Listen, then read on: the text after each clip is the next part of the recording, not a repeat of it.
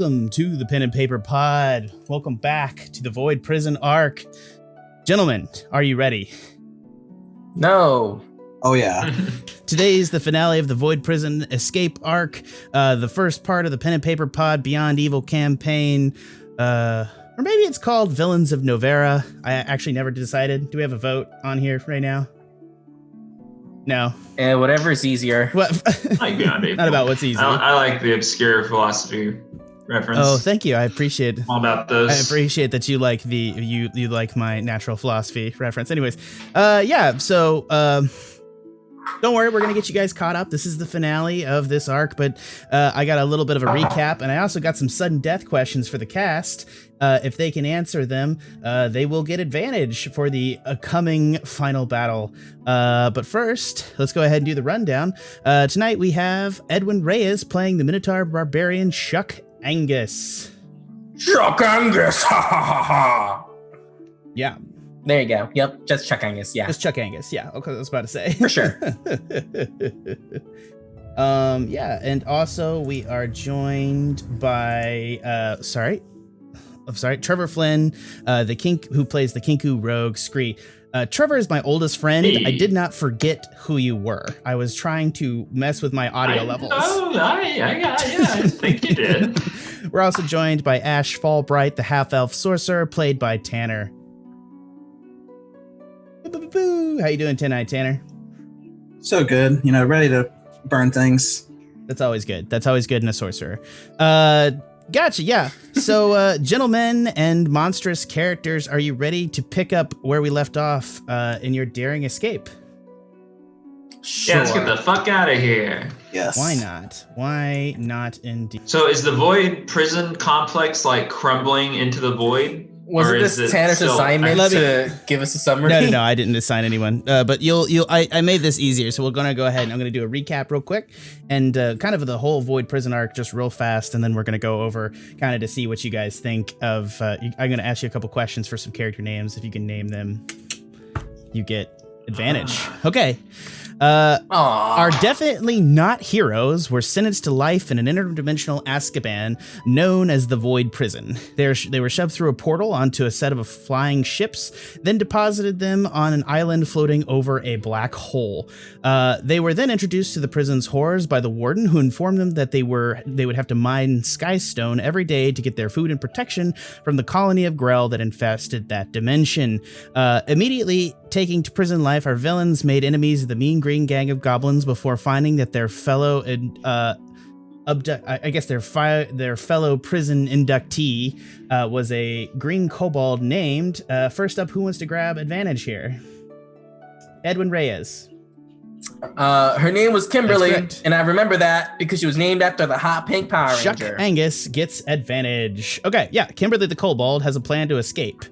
She ear raped our heroes with tadpole forms of mind flayers, allowing our heroes to contact her commander, a mind flayer known as round 2. Oh, Trevor and Tanner, you're up for this. Trevor. Felix, the Mind Flayer. That's advantage. Oh, Tanner, you got the last question. Let's see if you can get it. It's the most difficult. We'll see if you got it. The aberration directed our heroes to free a mysterious Lord what, Tanner? General. Oh, man. Nope. Oh, I should have General Grimm. the Mind General- Flayer. I have this one. What is it? General Grimm. No. Lord Venom. Oh. We're so close. It's all good. It's all good. It's all good. There will be more opportunities for advantage, but we're gonna get Scree and Chuck Angus some advantage for the start off this one. Let me see if I can come up with one more question for you at the end. I got an idea. We'll get a fast money round. So our adventurers made fights went down into the okay. So yeah. The aberration directed our heroes to free a mysterious Lord Venom from a secret prison inside the prison, hidden inside the island.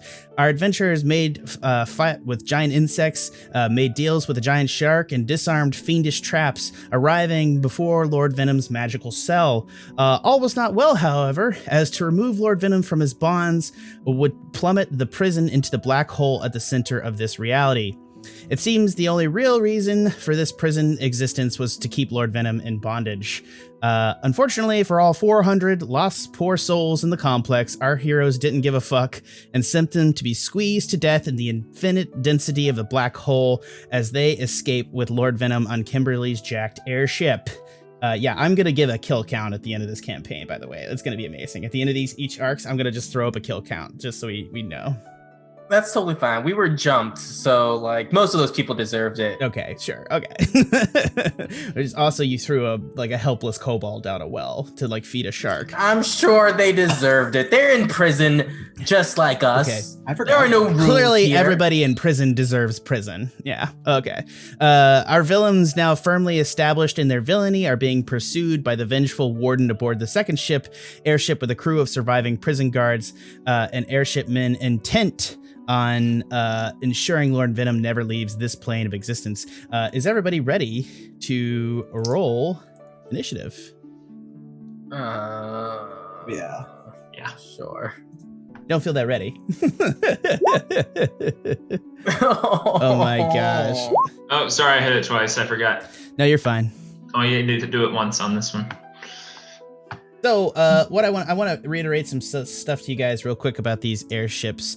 The two airships are quite different in type. The one Kimberly stole seems to be an earlier version, as it requires 3 large hot air balloons to keep it aloft due to the lack of skystone. It does, however, have 2 fireball cannons. One is useless in its current position, but the other on the port side nacelle can fire at the other ship. If they manage to do enough damage to the balloon, you all will die, falling into the void. If they destroy the tail rudders or the propellers, your ship will slow down. The warden ships, by contrast, is entirely dependent on skystones, along with several sets of wings like sails that flap back and forth to propel the ship through the void. The deck is lined with ballista attached to steel cables, 3 of which are now sunk into the flesh of the vulnerable balloon, allowing guards to slide down the lines onto the deck of the ship. If you can destroy the skystone core behind the steering wheel, it will fall into the void. If you destroy this forward and aft skystones, the ship will slow down. Lord Venom is defenseless as he is exhausted and cannot do nothing but crawl as he is missing a leg. You will arrive at the exit gate in roughly 1 minute or 10 rounds of combat. So I think the name of the game is keep your ship afloat and survive. Everybody understand? Yeah, we can do 10 rounds. We can do this. Sure you can. Are we like right next to each other, or is one So you see yourself on the map, correct? Yes. Correct. Yeah, and Ashe obviously moved down at the end of last combat. I'm going to let that keep. And you're 155 feet from the ship. They're sliding down the cables. You see that there are guards on the port nacelle, on the aft tail.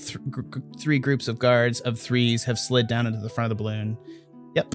And let's go ahead, read off your initiative real fast, gents. I have this new cool initiative tracker. Well, not initiative tracker, but roll tracker that you can see on the stream as well. So are you gonna take Scree's first one or second one? Sorry. Oh yeah, I always tend to take the first one, as that's the thing. So I see 2 fire bolts. Okay, help me here. That was a test. That was a test. Okay, so we got Chuck Angus got a 6. I got 16. Scree took 16. And I'll state that for the rest of the campaign, we're going to, 21. Ashe, well done. Damn. Yeah, and wow. Someone got their Red Bull in them today at a 21 initiative. Oh yeah. Red Bull, Monster, Bang. Got it Yeah, all. well done, guys. Okay, yeah. So first up in the order is Ashe, and I'm just going to zoom in a little bit here so you guys can kind of see. You guys are on the deck of the ship, and I want to say the balloon is, you can move around on the side of the balloon, though if you move to the side of the balloon, you might fall off if the balloon gets, if it gets popped, obviously. So yeah. Ashe, you're up first. All right. Well, first thing I'm going to do is I'm going to cast Mage Armor on myself because it's all out of range. Perfect. And then I'm going to twin that and give it to Scree. Perfect. Thank you. Thank you. You guys make nice little mage armor. I'll have to walk over. Actually, no. You have to walk over to him. That's okay. Do you have enough? Is that enough movement that you got there? I think you moved that in the previous round, so I think you're fine. Yeah, you'll have to move back, so you'll have to use your movement for the round to do that. Can you move your character? Okay. Tanner? Oh, he might have frozen. Oh, nope. Oh no. Tanner, are you frozen? I assume he is. Okay. He's got sucked into the void. We'll see if he's having an issue and see what happens. He looks frozen Yeah, to he me. looks frozen to me too. All right. I'm going to probably, for the purposes of the stream, continue on. We'll try to get Tanner back on in just a minute. Oh, Tanner, are you there? Yeah, I'm here. So I was frozen for me. No worries. But I'll. Did you hear everything No, I I was did saying? not I was just hear gonna- nothing. Okay. We So left then- off at mage armor, I think. Right. So I'll move 30 feet since it's range of touch. Right. And I'll hold my action to cast the spell Mage Armor Twin when Scree walks within range. And I assume you shout something up to him in the Scree. Yeah, I'll say, Scree, come here. Like, action stance. Perfect.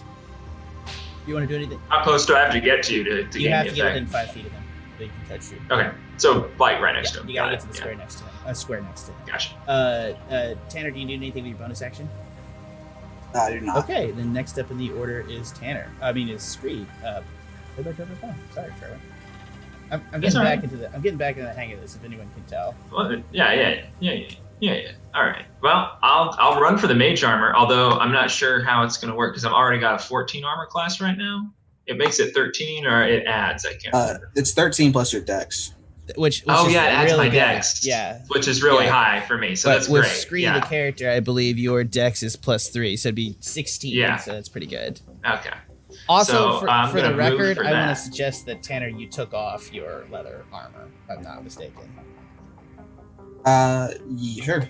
Because you would have disadvantage on strength and dex checks. Okay, then yeah, I'll just take it off. I'll strip. Well, I'll prepare you as to why that's probably important for you to do. Yeah. I just want to make sure that you can make dex checks. I just don't. Would I need to roll a performance check for my strip? No, you're fine. You're stripped. I'm just gonna assume you did for the purposes because it doesn't make sense for your character to have leather armor if you got mage armor. So it's a sorcerer thing. Sorry, I just. It doesn't make sense. I am for your proficient. character. I am proficient in light Oh, armor. you are proficient. Then it doesn't matter. You got leather armor. Sorry, I didn't know that. It was your character sheet was saying it wasn't proficient for some reason, but I don't know. That's my bad. But yeah, warlocks get it for. Yeah, I light thought armor. they did. Fuck you, D&D Beyond. No, D&D Beyond is a great site. I'm sorry. Please sponsor us. Yeah. All right, so I've moved 5, 10, 15 feet to get there. That triggers his action. So Ashe is gonna reach over and touch you, and you all are enveloped in shields that are gonna like coalesce around you into little kind of like invisible armor, kind of like the Omni Tool armor in Mass Effect type of deal. You guys look pretty cool, shiny. Yeah. So now what are you gonna do, Scree? I'm gonna continue on past him. I think. Do I need my dash or I need my spell? What's my range on my disguise on my silent? 60 feet. I can make that. I think I'm gonna go for the doppelganger kind of effect again and see if I can kind of distract our enemies with that. Maybe. Let's see. I'm at 15 feet, so I'm gonna go 20, 25, 30. And I want to make it clear, to move onto the side balloons, you need to use these platforms right here, these ropes. Otherwise, you just slip over the side. I mean, you could jump to the balloon as well, but there's some. These brown parts, right? The rope. You can I got that's binding the balloon or the ladder. You can right? either climb down the rope or you can jump to the balloon. But definitely, you can't jump back. You'd have to scramble up the side of the balloon, which we'd have to make checks for you to do that. So if you want to go back up, you can use the ropes. So you can get down easy, get hard back up. All right, and we still move 5 feet at a time down them, right? Correct. Not difficult terrain. Okay. Cool. I think climbing. I think your speed is halved. Yeah. Right. Okay. Let's see. I don't want to throw myself into take these 3 guys on my own, but at the same time, that's our propeller. That's important. So, I'm going to cast. I'm gonna.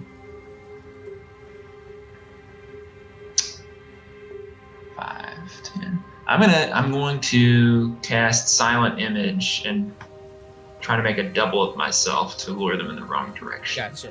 So it's got a 60-foot range on So you're it. going to project your version of yourself 60 feet down, correct? Yeah, I guess just straight down in front of me onto this as far as I can go. I'm Yeah. gonna make a little shape right here. Just double check. Yeah, so right there at the edge of the rope is what we're gonna say. Right here. A little purple square. Right. And I don't know if that's gonna confuse them or not, if they're gonna buy that, since they can still see me, but I can't hide with my bonus action. Can I? Is there even any place to hide up here? Not Probably really. You can't hide it. You can't. There's not really cover. If you had like a smoke screen or darkness, or you were able to get behind something, you could dash action too. Oh yeah, I can still take the dash. Yeah. That's my bonus, dash, right? disengage, hide, cunning action. I'll hide behind. I'm not hiding. I'm dashing. I'm just moving again, and I'm gonna come behind Tanner over here. Come right back next. Okay. So Ashe. we are moving behind people. Okay. And next up in the order is Chuck. Oh wow, really? Is it only us three for initiative? Yeah, at 6. Everybody else rolled under a 6. Wow. Well, cool. I rolled all 18 guards as 1, and it's not like they have good initiative. So you had essentially 3 rolls, and they were all shit. So there you go. Nice. Okay. So I'm gonna go into rage because that was where I went wrong last time. I didn't rage. Yeah. So I'm gonna go into rage. Perfect. And all right. So we're pretty far away from everyone. Mm-hmm. How far would it be for Chuck to get to the 3 enemies that are on the right balloon? So that's 50 feet from you, so you could dash action to get to them. Okay. I will dash action to get to them. And when I get to them, I will use Scoring Rush. Cool. So I can do a melee attack. Your character? Yeah. So, Goring Rush, Minotaur ability, you have the ability to, so you're going to get right in front of them. I gotcha. Yeah, so, did you have? Oh, yeah, you're good. Yeah, go ahead and use Goring Rush. Alright, Goring Rush is my horn. Did I do it? No, that did not do it. Yeah. 13 will not hit. Will not hit. Unfortunately, that's just 1 point shy. Lame. Okay. That's your turn? Yeah, because I used my dash. I can't use. Yeah, you're good. You used attack. everything. Okay, yeah. All right. Next up in the order is the guard's turn. He's going to make an attack at you. It's the guard directly in front of you. That's 5. Obviously, that won't hit. And next up in the order is going to be guard B, and he's going to move around here. 5. Do I get? You do. Do I get opportunity 10, attack? No, he's moving 10 feet away from you. So 5. Oh no, actually, he was right here, right? Yeah, you get an op attack on him. Sweet. That op attack is just a regular attack. Regular attack. All right. With your cricket bat of doom. God darn it! That does not hit. Hold on. What else you got? I'm trying to think because I feel like I have something. Let's see.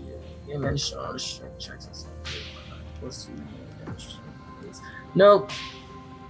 I do not. Okay. He's going to move past you. So he's going to go 5, 10, 15, 20. And he's going to begin rotating the fireball cannon to point into the center balloon. And then this other guy is also going to do the same thing. 5, 10, 15, 20, 25, 30. And then he's going to take the dash action to get the rest of the way there. And that's his action. You see them, they throw some crystals into the front of the gun, and they begin spinning something, and you hear like the crackling of this gun ready, and it's preparing to cast fireball. Okay. That's his turn. Next up is the guards in the back end of the ship. So it's going to be guards A, B, and these guys are going to move here. 5, 10, 15, and they're all going to make spear attacks against the tail rudder. Miss. Hit. They're going to do... Oh, no. That's the second attack. So they do 7 points of damage to the tail rudder. Oh, wait, no. Actually, we're going to cut off one of those. I'm so sorry, Scree. I forgot about this. One of them is going to advance and waste an attack against invisible Scree. Awesome. So you will only take 5 damage to the tail rudder. Okay. I was totally prepared for you to be like, no, they just ignored that. It was lame. It happens. I mean, I reserve the right for that to happen depending on how good your thing is, but in this case, I think it's solid. You made a major image, and one of them advanced the guards, the other 2 advanced to try to attack. It makes sense. And the other 2 guards are going to move forward. 2 of them are going to move forward onto the platform here. And then the one at the head of the ship is going to take his spear and make his spear attack against the blimp itself. Which is going to do 4 points of damage to the main blimp. Okay, so next up in the order, I think the warden is not going to take a turn this round. And next up in the order is going to be... if I can get there. Ashe? No, it's gonna be Ashe. Thank you. Alright, sweet. What Ashe is going to do is go back to where he was, and then he's going to fire at the ones down here. Yeah. With a firebolt. Firebolt, gotcha. But like the blimp on fire. Fire. It's the kite. It'll be fine. Firebolt isn't. Are you twinning it? No. I just I cast it twice. Oh wait, it already does that. Yeah. So wait. You cast it twice, so you twinned it, or what happened? No. At level 5, you cast 2 bolts. Right? So it doesn't cast 2 bolts. It does double damage. Ah, gotcha. So there's just one. That's just one. Sorry. No problem. It's just so it's the 16 is going to hit the first guy, and it's going to kill him. How do you want to do this? Just like a really concentrated heated beam, just like right through his heart. You see him slide off the back of the limb, and he falls into the void. He can't scream because obviously when you have a heart attack, it's actually really hard to talk. So it's violent as fuck. Fun fact. Yeah, I know. I've worked in an ER, guys. I can tell you all sorts of shit. Anyways, I haven't worked in an ER. I did simulation for groups in the ER, so it's definitely. Anyways, I don't know why I needed to clarify that. Next up in the order is Scree. Oh no, hold on. Do you have a bonus action? Okay. Next up is Scree. Awesome. Okay. I am going to leap down to I'm going to take the dash action to double my movement, so I can actually don't need to leap. I can just skivvy on down the rope and go ahead, move your character. Bindings. Got it. If you actually leap, you're not going to have to make a save because the balloon is under the other balloon, so you can just leap down to that balloon, and you can attack, and you can be right on them. Oh, I don't even have to make a save. Well, then I'm totally going to leap because I'm leaping to the nacelles does not create a thing. If you try to... Whoa, did you say nacelle? Is that what this thing is called? I don't know. Is that blimp vocabulary? It's what they call it on Star Trek, honestly. Okay, my bad. I was trying to make it think of it. I was just it's really what impressed. The 2 side things on Star Trek are, and I think that's a Star Trek. Works for me. It's all boats. It's all boats. I do. That's port. I said Ships. port in the thing. Ships, not I boats. didn't even take the time to look up what port and meant. So go ahead. All right. Since Or to this starboard. guy That's what it is. Go ahead. Since this guy is just been battling Chuck Angus, I think I get sneak attack damage, and I'm going to attack him with my dagger. Got it. Go ahead. Wait, didn't you you bonus action dashed. I gotcha. Yeah, to up my movement to 60. So I think I should have 5 feet, maybe 10 left of my movement this turn by my estimate, but I could be wrong. Well, actually, you said I leaped, but I guess that still uses. It's not. Yeah, it's not the same thing as a leap. Yeah. So go ahead and do an attack. Okay, I think I rolled it. Nope, it's not that shit. Okay, let me try again.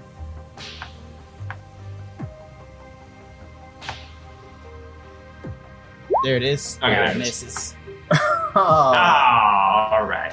All right. I can't try again. Nope. I think Shit. it's Can I your do? turn. I think that's my turn. Yeah. You might have more movement. Sorry, Chuck Angus. I'm here. I'm here for whatever. I am proud to see you join the brawl. Okay. You have 1 point with Chuck Angus. Okay. So yeah, I think that's. Let me just see. No, who's next? No, Chuck Angus is next, isn't he? Yeah. Chuck, it's your turn. Yeah. All right. So I'm gonna attack this thing in front of me with my mace. Mace in your face. That hits. 6 damage. Okay, and then with Divine Fury, it gets a additional 1d6 plus 2, so we roll that. These guards' health are 11, so that does it. You end him. And it's dead. Yeah. How do you do it? It's Divine Fury, so it's necrotic damage. So yeah, again, I smacked him with the Only super janky cricket only bat. his balls rot off. No, I'm just kidding. Keep going. No, I hit him and it leaves nasty visceral damage, and then it just exceeds to rot and super fast speed, and he dissolves pretty much. Yeah. And the airship is picking up speed enough, and there's wind whipping through your guys' hair. As these guys die, they fall and they sort of slide off the side of the balloon. You guys kind of notice that keep your footing on this fluffy balloon. You kind of have it's sort of you got to keep your core engaged. Do it. All right, that's your turn. Next up. No, it's not. Oh yeah. What's the rest of your turn? I'm going to move over here and use my second attack on this guy in front of me. Actually, I want to move over here and then attack him with my horns. Do it. Wait, with your horns? Why? Horns. Misses. I had a cool little thing I was gonna do, because if I attack him you with can the knock horns, him I off. could've done- You can knock him off. Yeah. Yeah. I get what you're Wait. That inspiration. Can I use that here? Is that a Do mulligan? Because I was really hoping this would work. That does not hit. God Yeah. damn. Gosh. Darn Okay. it. So so next up is the guard B's turn, and they are going to trigger the fireball cannon, not to hit you, but it's going to trigger to fire into the side of the ship. And so let's go ahead and do fireball damage. Yeah. So fireball for you is familiar. Oh, hold on. Let me just throw it up there. Yeah, it's going to do 8d6 damage to the side of the ship. Going to do 32 points of damage to the blimp. It explodes, and the blimp catches fire on the right side. I don't know what the fuck nautical side that is, but it is that side. Darn it! I'm trying. 32 points of damage to the side of the ship. And the second guard is going to start. He's not going to attack Chuck Angus. He's going to be freaked out, and he's going to start revving the thing. He throws crystals into the front of the gun, and he's loading the gun as his action. Of the second guy. So if anyone is present at the end of it, they'll be able to trigger the fireball cannon. That's their turn. Other end of the ship, the two guards. Two guards are going to be here. This guy is going to use his action to interact with the Scree object. What save does he need to make? I believe it's a 13, but let me double check that.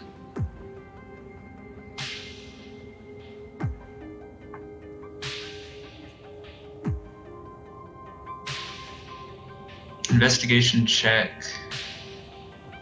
I'm not seeing a number.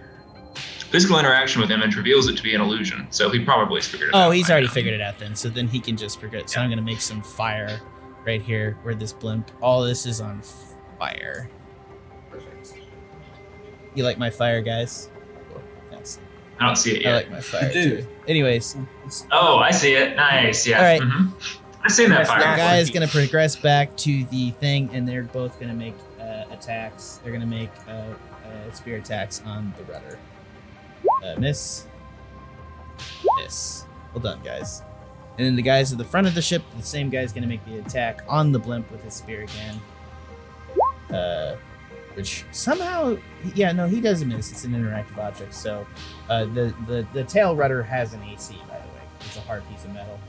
The rest of the blimp has no AC, so he automatically hits for 2 damage. The other 2 guys are going to progress 30 feet. Or I actually think that they're gonna take the dash action and move all the way down here to Lord Venom. And on the next turn, they're preparing to attack him. Oh no. So, okay. And that's, I think that's their turn. Next up in the order is Ashe. Thank you. He's just first. And if everyone's Well, done. I have a big mission tracker thing over here that I'm keeping track of everything. So, Ashe, what do you do? Let's see here. I'm gonna send another firebolt, but I'm gonna send it towards these guys at at Lord Venom. Got it.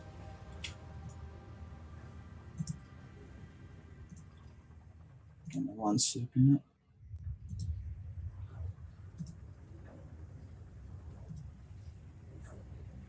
All right, come on, there it goes. That definitely hits. That hits the first guy right here. He takes 9 points of damage. All right, and then I'm gonna yell to Lord Venom. What are you doing just standing there? We're about to die. First off, Lord Venom does not has 1 leg and is on his butt. Wait, Not standing. Doesn't his fireball do double damage or something? No, I rolled 2d10, and that's what it was. Sorry, so it has like a wide variation. The other guy, the guard that you hit with the firebolt, is extremely hurt but not dead. They all have 11 health. So. Well, then since Lord Venom is sitting, I'm gonna say, get off your lazy ass and help us. Give me a crutch, you son of a bitch! What the fuck? What kind of rescue is this? We're playing it by ear. What do you mean? Oh my god. And then that'll be Okay. it. Next up in the order is Scree. Alright, 20 feet move to Do it. Chuck Angus's opponent. I will say you should go protect the person. I can maybe handle these 2. But if you want to help me out, buddy, I'm not going to turn you away. Too late. If he triggers the fireball cannon into the blimp, it might be the Hindenburg. I just want to say that. Yeah, we can lose Lord Venom. We tried. We need the blimp. Yeah, we need to get out of here. Yeah, we held up our end. So I mean, my rolls aren't great. Chuck All right. Angus. all right, so I'm going to sneak attack. It's my dagger. That's my Rolling. dagger. I use it to kill people. That hits. Holy shit, that's that hit. You kill him. Did I hit the shit out of him? Yeah, Did I yeah, get you kill him. How do right you between how do the you how do ribs you and- kill this guard? Just real quick, like, with the pointy end right between the ribs and just done. Comes That out, goes in, yeah, guts it come comes in out. between his With the armor. pointy It end. comes out, your shiv comes out, and just like you get an arterial vein, blood rushes out. Arterial is a specific vein, but anyways, blood shoots out of this guy like a little geyser, and it goes down in the gun. Am I gonna get blood spatter everywhere? Yeah, I mean the blimp's gonna need like a laundry, like a hell of a laundry mat. It's yeah, but anyways, Yes, Birdman! All right, Yes! bonus I action got 10 feet of movement left to get her. and a bonus to- action. Yeah, so I'm gonna disengage from the sphere of influence of the other guard here, and I'm gonna move back over Cool. here. All right, Chuck Angus, it's your turn. Alright. I get closer to this guy and hit him with my mace. In the face with a mace! Crit! That's a fucking. You just eviscerate this guy. What do you do?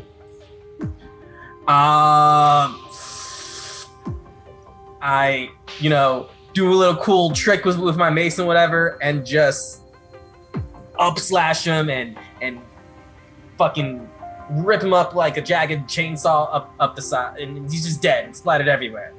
Seeing the Birdman kill this person right in front of me and got blood splatter all over me, I was pumped up. Thank you, Birdman. This is because of you. Oh, Motherfucker. So you just see him like saw this dude in half with his cricket bat of doom. And both bodies slide off the side and just a horrific blood stain. So, what else do you want to do, Chuck? Okay. Let's see. Shit, are we allowed to say motherfucker on Twitch? I don't know. I haven't checked the rules. I'm terrible. I think they're okay with language. It's just content. Gotcha. I don't mean to be like weird about it, but like clearly Twitch is like you know.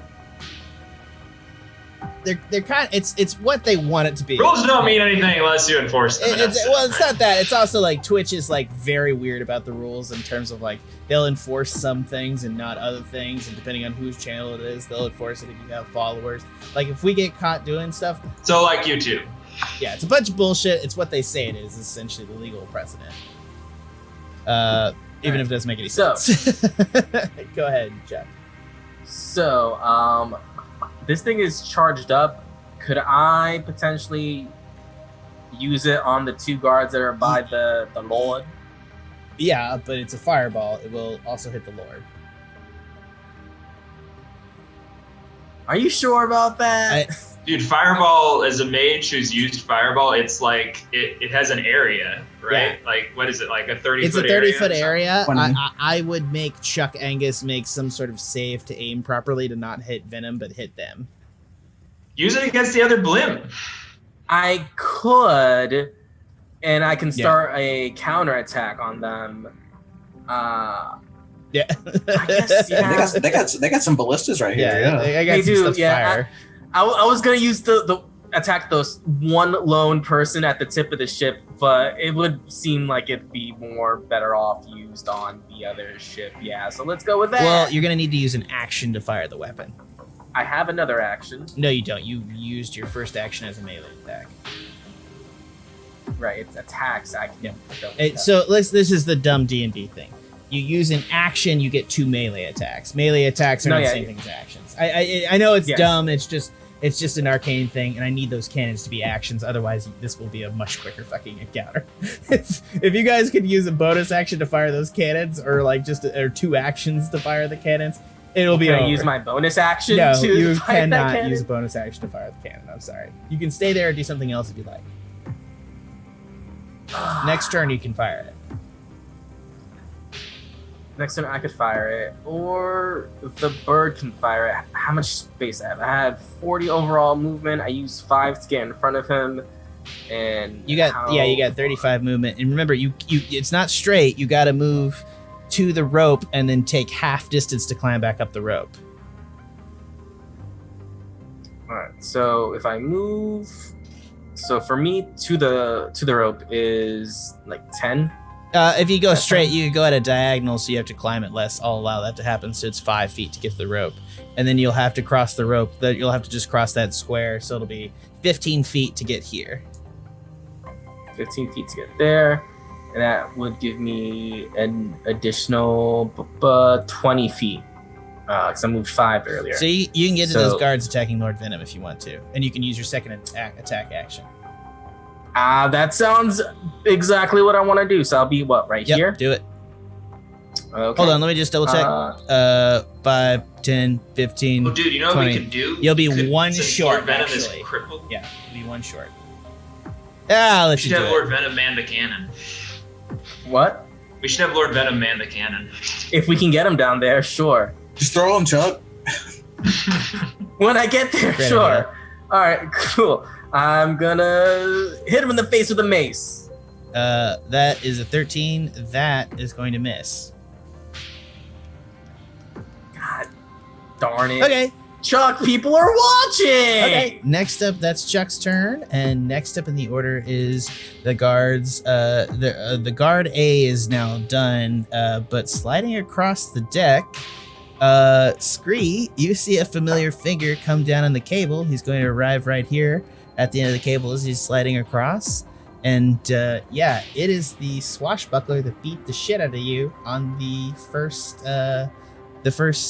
day. Oh shit!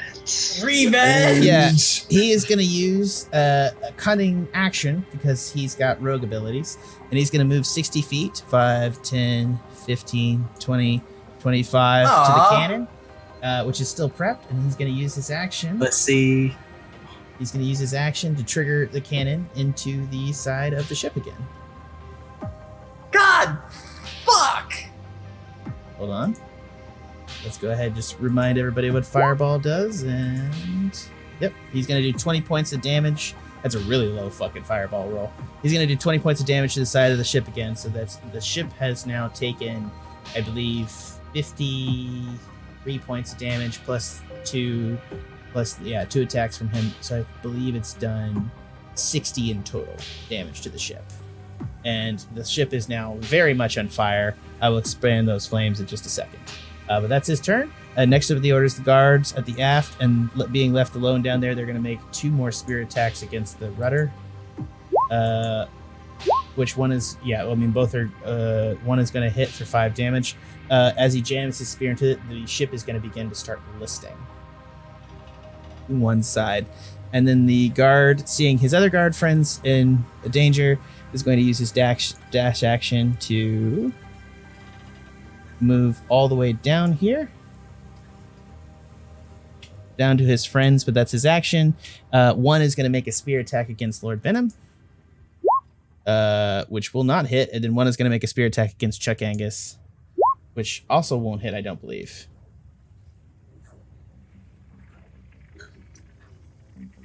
You believe? It doesn't hit. Does 11 hit your AC? No. It does not. So his miss. That's their turn. Back up in the order with Ashe. What Ashe is going to do, he's going to see these guys down here that are wailing on this rudder and starting to list. He's going to do a catapult the spell at 2nd level. Uh-huh. What's happening here? Let me know.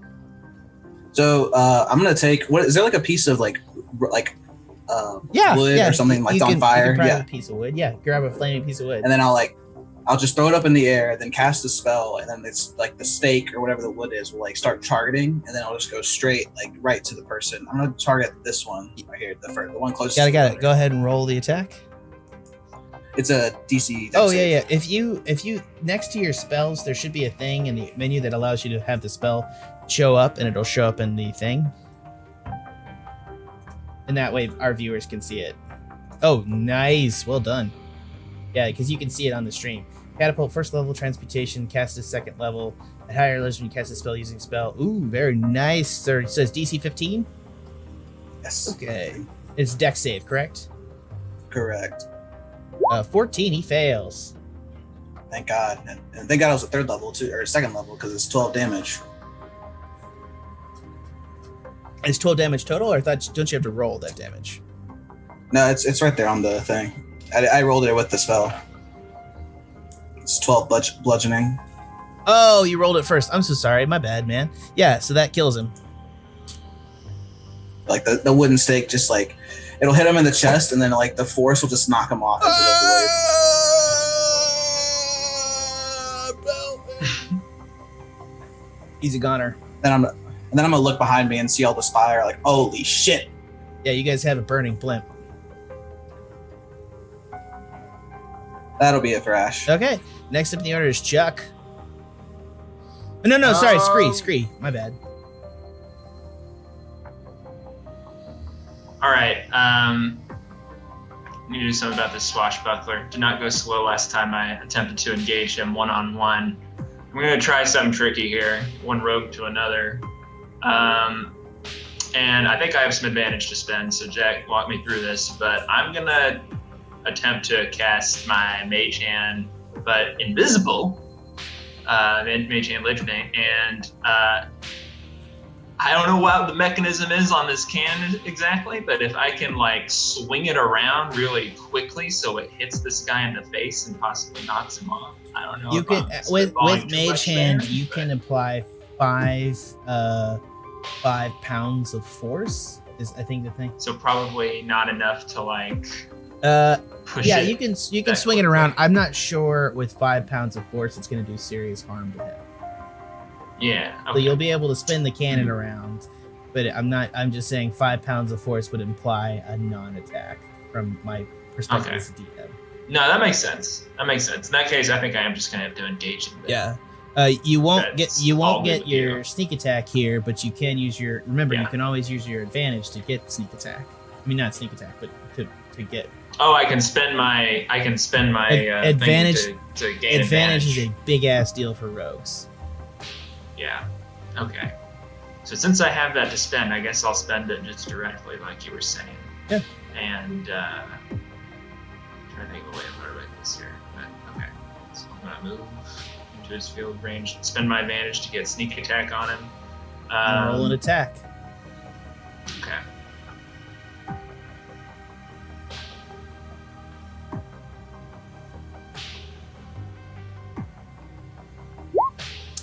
That will not hit. It's not high. Oh, wait, remember, roll again.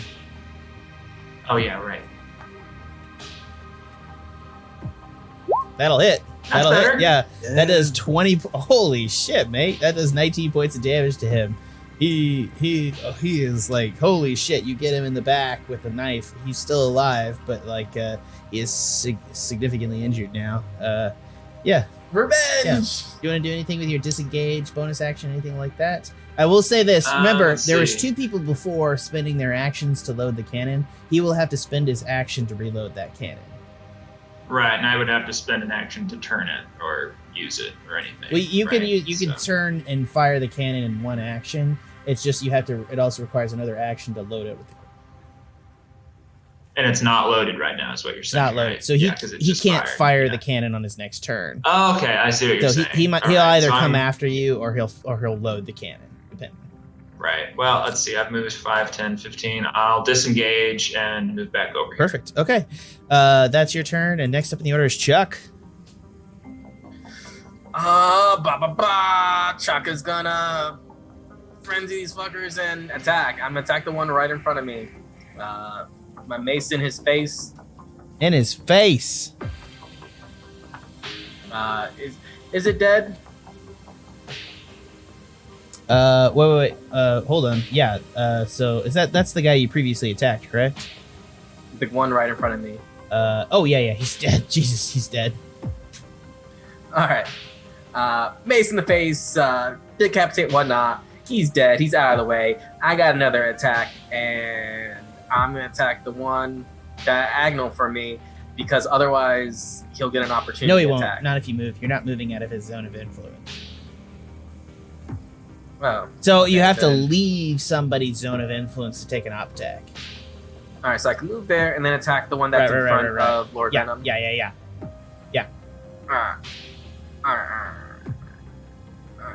Oh, actually, do I? Hold on.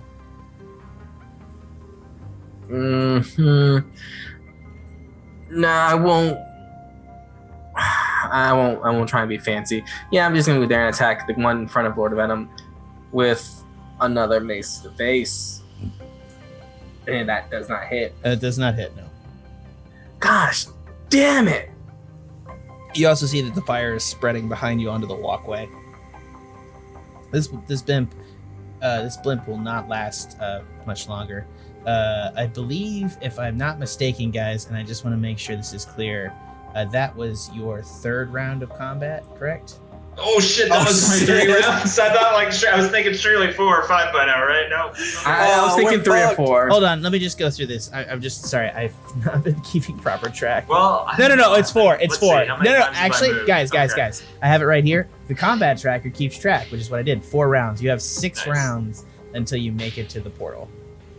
Still, We're not making it to the portal. still less like not on fire blimp. Who's than flying Paige, this probably. thing? So it's a blimp. So on the underside is On a the track, no. right? On the underside is a cabin that's flying the blimp. So you guys are just on top of the blimp. That Kimberly threw you a rope. The cabin is on the bottom side with Kimberly's in there. With you Alright, saw yeah. earlier, it was Bag of Nails and Gael and Demon Spawn were all in there with her, like her 3 little mercenary guys. And none of the other kobolds. She's sentenced all the other kobolds to death. That's fine and dandy. We need to start moving this blimp closer to the other They ship. haven't. They're moving it. The blimps are heading towards that. Oh, you want to move the blimp towards the other ship? Yeah, because we're gonna have to bail real soon and jump onto this other ship. Depends. You got 6 rounds. You can either make it or not, but you'll have to make a decision. We can move, but I'll say this: you can see the other ship from where you are. You see the number of guards on the other deck, and also you see 2 other swashbucklers and a mage on the other deck. There's a lot waiting over there. Yeah, it's a tough fight. You guys can make a decision. Whose turn is it again? Sorry, I apologize. I think Chuck just went. No, I just. So yeah, now it's the guards' turn. So they're gonna back with a vengeance. All right. So the guards at the front. There's no guards at the front of the ship. But one of the swashbucklers is going to come across on the line to the front of the ship. That's going to be his turn. He actually no, he can do his bonus action to dash. So he's going to start moving around the fire. But that will be his turn. And then these 2 guards right here are going to simultaneously attack Chuck Angus. That'll hit for 2 points of damage. Actually, no, it'll actually be 7 points of damage. In 8. So they're going to do... no, that second one will hit. So he'll just do 7 points of damage to you, Chuck, between the 2 guys. 7? Yeah. This other guy is going to... So I think... I'm not sure if your guy is still there. I think your guy would actually remain there. Is it concentration to remain there, Scree? If the first guy realized he was an illusion, I've just been assuming that he then has disappeared by now. No, I don't think I maintain Oh wait, yeah. It has a concentration component. You're right. Up to 10 minutes. Gotcha. So I think it's fine. But you haven't taken any damage yet, so it's not a big deal. This guy knows it's a thing though, so he's going to use his action 5, 10, 15, 20, 25, 30. 35, 40, 45, 50, 55, 60. So he's going to dash climb. I don't know if dash climbing is a thing up the ranks. He's coming towards you, Ashe, abandoning the thing. And then at the end, at the back of the ship, you're going to see another swashbuckler come across on the back line. You now have 3 swashbucklers on board. And he's going to come around there. That's going to be his turn. He's also going to move up to the planks. Actually, he's going to advance on the rudder. That's going to be his turn. And next up is the swashbuckler by Scree. And he's going to abandon the cannon, not loading it, and come after Scree. And he's going to attack you. Bring it on. Okay, so he's going to do 3 attacks. He's going to do 2 with his dagger and 1 with his rapier. First attack is going to be a hit, I believe. 15. What's your AC? It's range armor. Yeah, what's... AC is 13 plus my dex, so 16. That will not hit. Nice. So the next one will definitely hit for 10 points of damage, and then he's gonna do. He's got a rapier in one hand. He's gonna fence at you with the 2 blows, and he's gonna slip around to try to hit you with his dagger, which will miss, and that's his turn. Can I react? Can I use my uncanny dodge on, or should I? Have I missed the window? No, you can use your uncanny dodge. For the damage. Cut the 10 in half to 5. Yeah. Go ahead. That's your reaction though, so he can leave your. He's going to. So it's my turn again, right? Actually, you know what he's gonna do? He's gonna back up because you don't have any reaction to take an opportunity attack. He's gonna go behind the cannon. Oh fuck! I keep forgetting how that works. Yeah, and he's seeing you prepare for that. He's gonna you know that, by the way. Like, characters know that. He knows that. He's gonna move behind the cannon and take the hide action.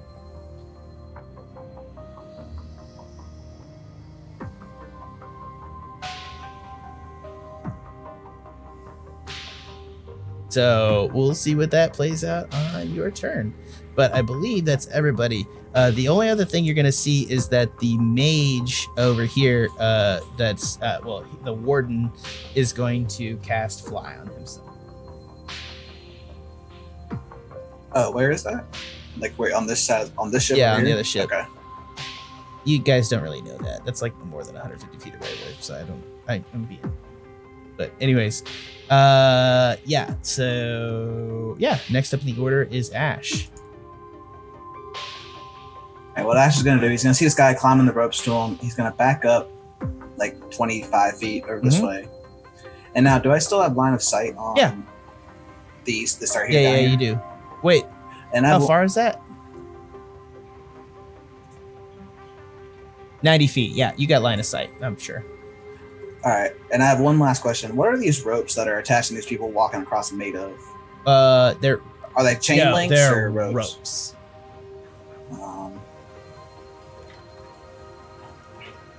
All right. Well, I'm just gonna.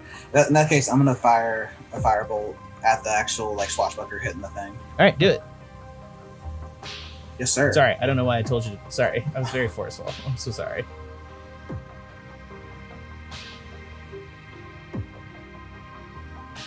Holy cow. Yeah, that does a significant amount of damage to him. Then I'm gonna turn around. I'm gonna say that I see Chuck now is up here. I'm gonna say, Chuck, the one to your left. I hit that one already. All right, cool. And then that'll be it for me. Cool. Next up is Scree. Oh, by the way, we need to do a contested perception versus hide. So I'm gonna roll stealth for the swashbuckler. How does that work? Yeah, so he's gonna roll a stealth roll. So roll a perception roll. Or what's your base perception, Scree? It's my senses for like passive wisdom. yeah. 13. So he is hidden behind the cannon. You can go around and use your action to investigate, or what do you want to do? Oh, so I have to use an action to investigate. Well, if I'm gonna say this, if you go around the side of the cannon, you'll probably be able to find him because he's not gonna be able to hide back. Yeah. Yeah, I'm gonna go after him. 5, 10, 15, 20. You don't see him. Okay. Shit. All right, I'm gonna be honest with you. You're gonna see him because I need. You don't have to tell me why. I'm gonna be honest. They're This is magic not. things. No, it's not magic. But what I'm gonna say here is that I need to look up more rogue combat stuff before I sign off on this with you. So I'm gonna say you see him on the far side of the gun, so you can attack him. Okay, I'm gonna attack him then. I'm gonna try and finish this guy off with my shiv. Yeah, this is gonna be a scrappy bout, I think. So just any part of him I can grab. You gonna grab him? Since I just, well, I mean, to attack him. Any place I can hit him. I mean. Yep, that hits him for All 7 right. points of damage. All right. Is he dead? Did I kill him? You do not kill him. Oh, god damn it. I thought he was really bad off. Shit. He's got a lot of HP. I'll say that. Swashbucklers, man. I will say this. He's not even bloodied. Oh, fuck! Oh, I thought his big like thing on the back really fucking bloodied him. You took out like 20 damage. Yeah, you were halfway there. Yeah, but this doesn't have a sneak attack. So you've done a sneak attack and a regular attack against him. Yeah. So I think I've used like 20 feet, so I guess I'll disengage or. Well, I'm right here by the cannon now, but it takes an action to load it, which I can't do. So I guess, yeah, I'll disengage and, God, I wish, fuck, man. It's just like a dance with death that we're doing, I guess. All right, I'll just. I wonder what your DM wanted it to feel like. Yeah. Ooh, we are away. I don't know why I'm doing it. Yeah, my bonus is my disengage, so I'm just moving right back. All right, over cool. here. Next up in the order is Chuck. Chuck-a-muck. What you doing? All right, so Ashe hit the one that was left to me and did damage to it. Correct. How much damage did it do to it? I think he's got 2 health left. Okay, so I'm gonna do my first mace attack on the one above. Got it. Do it. Oh, baby! But that only does. Why does that only do 6 damage? I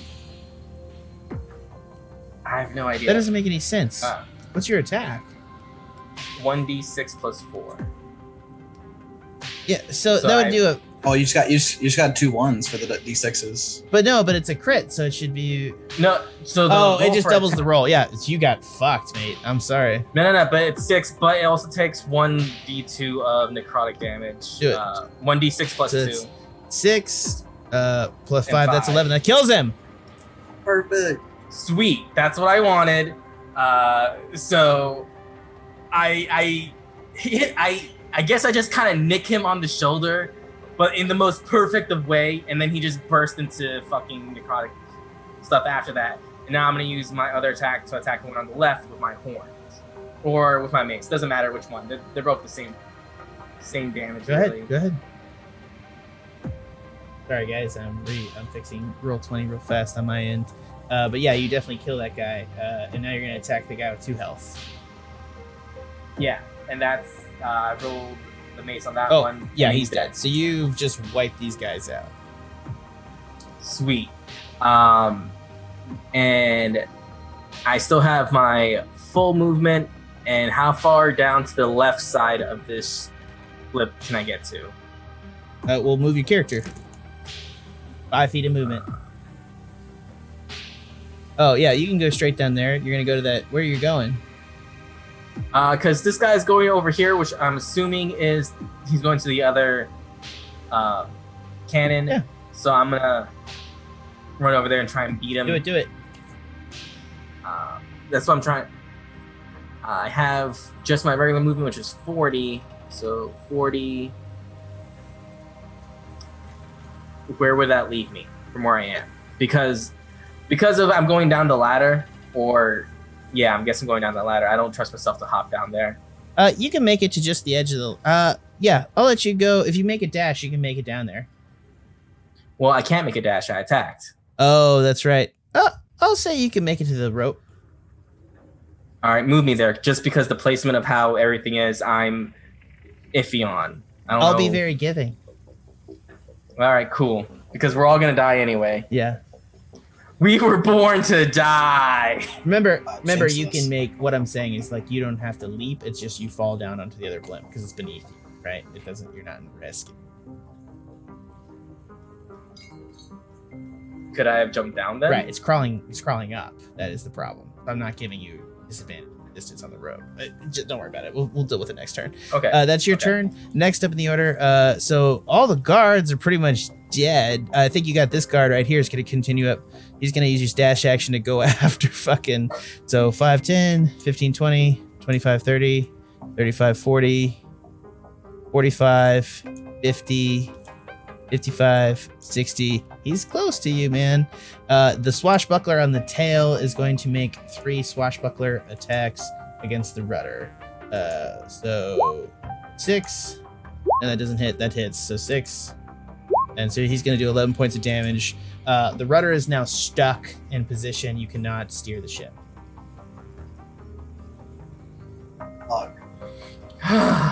Did you say we were drifting towards the right, towards the other blimp last week? Yeah, a little bit, just just a little bit. Yeah. So your trajectory seems to be heading towards the other ship, though.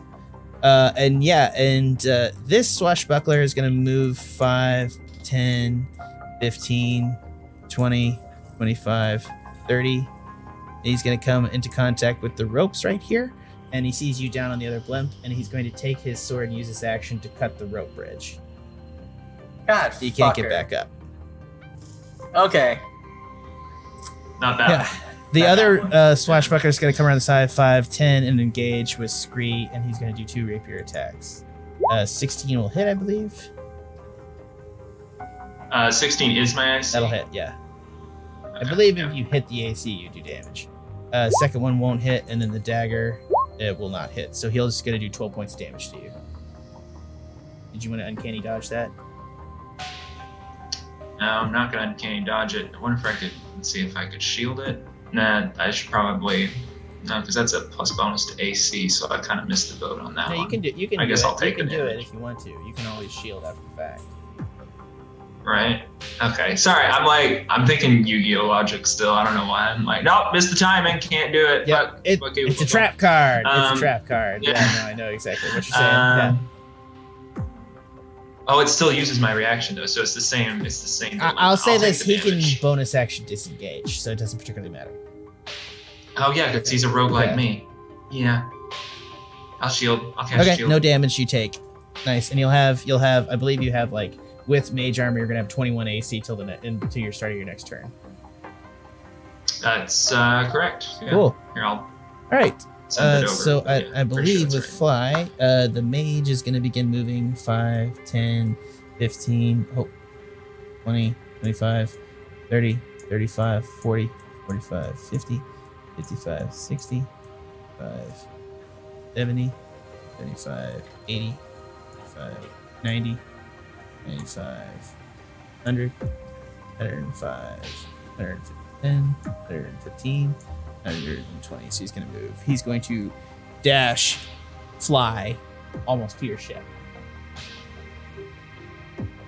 His name is not Barnabas Plasman. He is the Warden. Sorry to everybody on the stream.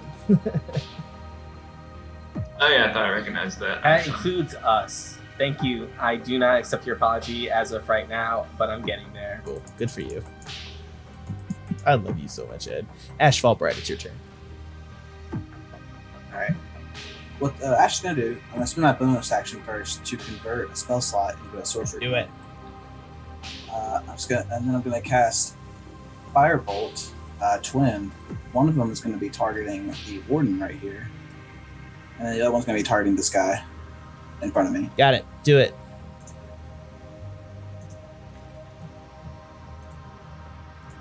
So go ahead and cast the first one. That will not hit. Now cast against the Warden. That will hit. Let me check something. Oh my god. Did not think this here. Is Fly a concentration spell? It is. Holy shit. What's a concentration save? Jesus. It's half the damage or 10, whichever's higher. And you did 20 damage. I believe it's exactly 10 either way, right? Right. Guys, if we kill the warden and then usurp the ship, we can, in theory, rule the prison. What prison? What prison? He's a wizard. His concentration is 0. Oh, please. I'm gonna roll it. Oh. Oh! He rolled a crit fail! No, it's a 3. Yes! It's a 3. Alright, so let me describe what happens. Ashe shoots my boss in the face. Oh, this is your boss! And he fails a concentration save. And then he is not able to fly, and he's over the void, and he's like, ah! And he falls off the side of the ship. You don't see him. Yeah. Yes. Clutch ass play, Tanner. I'm just saying. Thank you. Thank you. That twin. Yeah, especially since you missed the first guy. Who was right in front of you? I have like low depth perception. Yeah, he's good at distances. I do have a movement still, so I'm just gonna back up again, like 30 feet. Cool, do it. Are you gonna hide behind? Just pass by Lord Venom. Yeah, I can't hide, but I'll just like, you deal with that guy because I run fast. Next up in the order is Scree.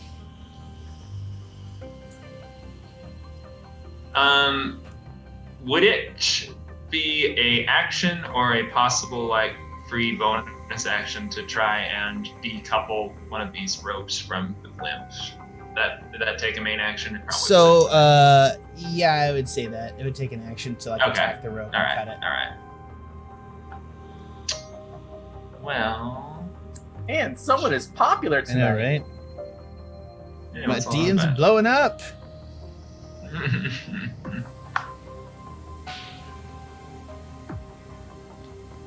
I'm just gonna hit back at my arch nemesis over here. Do it.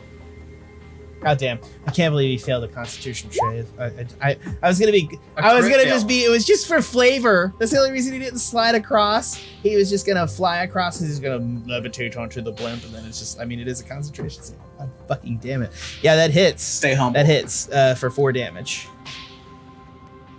Right, then I will disengage and take a leaf out of his book. Oh, I can't hide, but I'll move on to the other side. Put some distance. You can hide on the far side of the cannon if you like. Well, I already took the disengage action. No, Can I still take you're the right. hide You action? can't. Well done. Thanks for calling me on it. All Yep. right. No worries. Well, I'm gonna get on the other side of the gun to like make it harder. Okay. Something. Next up in the order is Chuckamuck. Chuckamuck. All right. So, what was wrong with this? So he cut the cannon? rope bridge. So you cannot get the angle on that cannon to fire onto the blimp without hitting the blimp. Right. Okay. Say that again. That sounded The important. blimp is the cannon on the far side of the ship. Obviously, cannot fire through the ship into the other ship. Yeah, you can't arc that shit that high. The fireball is a spell that is a straight line. Yeah. Does not arc. Gotcha. So and he cut the rope bridge, so you cannot go back up the rope bridge. You could try to leap across and stab your club into the side of the blimp, and then try to move up the blimp and climb up a bit. That'll be a climb thing. You can also try to go down to the other rope bridge. If I dash, it seems like the other rope bridge is 45 feet away from me. If you dash, you'll get double your movement with 85. But remember, climbing up the rope is double movement. That's what I was gonna say. So to get there, it would take pretty much my entire speed of 40. So I would have another 80, and would that get me enough to get back onto the blimp? Yes, sir. Okay, then I guess I dash and come up here. Yep. Right? Word. Okay. Is that your turn? I think it's your turn. Yeah, that's my turn. Sorry, bud. All right. Anyways, guard B is not going to advance on you. He's going to go 5, 10, 15, 20, and he's going to make an attack on Lord Venom. So he's going to hit Lord Venom for 2 points of damage. Well done, guard B. Anyways, next up is the Swashbuckler. Now that the Swashbuckler's been annoyed by you, he's actually going to go 5. No, he's going to come across here. 5, 10, 15, 20, 25. I think he can make it down here to 30, and he's going to make a bunch of attacks on Lord Venom because he can't make it to Ashe. 7. So yeah, he's going to hit for 14 damage.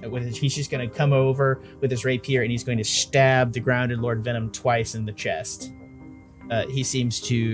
Lord Venom is now unconscious. Oof. And so the other Swashbuckler is going to come up the tail. He's going to do dash action for his bonus action. His bonus action, you can do dash 5, 10, 15, 20, 25, 25, 30, 35, 40, 45, 50, 55, 60. So he's going to move halfway up the thing with his dash action. And that's his turn. And now the other guy is going to come around here, hunt down Scree, and he's actually going to attack Scree. Actually, you know what? He's not going to do that. He doesn't see Scree, so he's going to use his action to load the cannon. Thank you for that. Scree's fine. I don't think Scree's dying too badly, if I'm not mistaken. I'm doing okay. Yeah, let's just see. Yeah. Oh, yeah, you're fine, Scree. Jesus. I mean, this guy could totally take you because he would probably be a problem for your party on its own. But yeah. Anyways, I'm that kind of GM. Yeah. So he's loaded the cannon though. The cannon's ready to fire. Yeah, that's their turn that you know of, and you're gonna see some commotion on the other deck as 2 of the guards are gonna run forward to the big ballista. Their boss just died. They shouldn't be working anymore. You At the chain of command. Some people take their job very seriously, Ed. I'm just saying. Idiots. I get it. Oh my god. All right, and this back to Ashe at the top of the order for round 7. You have 3 rounds left till you make it to the portal. Okay. I'm going to do the same thing I did last turn. I'm going to convert a spell slot into a sorcery point. And then I'm going to twin the firebolt again. Get it pulled up here. As if someone who's played wizard before, I didn't know what this means. Or he's not a wizard, he's a sorcerer. Right? Yeah. Right. Yeah. Sorcerer, whole different game. You got a lot of different stuff. Yeah. That's going to be this guy and then the swashbuckler.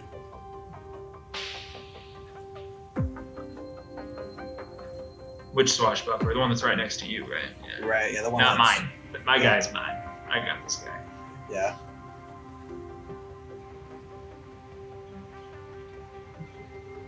Oh, what is that? Whoa, what is that shit? Nothing.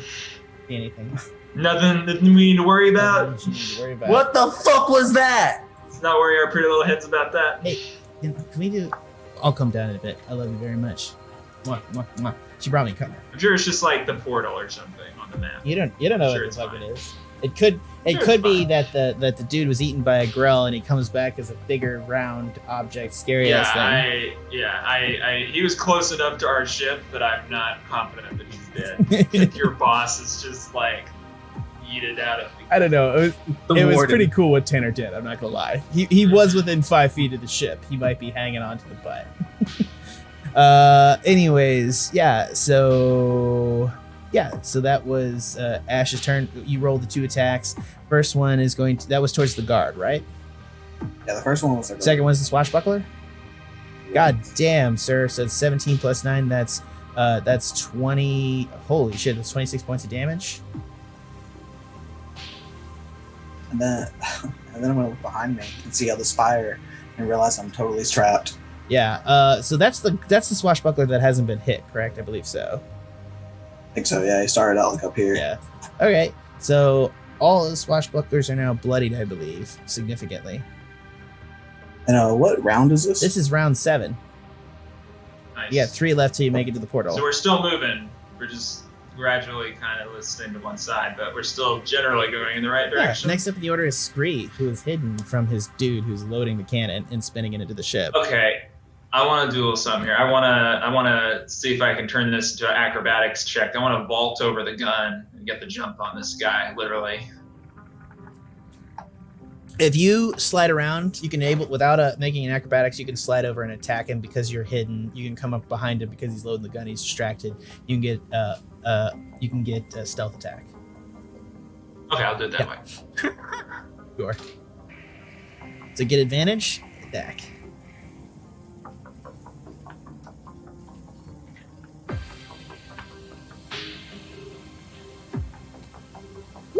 Fuck. Roll one more time. Yeah. Hit 2. You want me No, to do the top one's the one. Oh, you can take that one. It's That's whatever. not how that works, but I'm fine with that. I love you. I mean, You yes. still do 21 points of damage to the backside of this guard, and he is significantly hurt. He has 15 points of health left.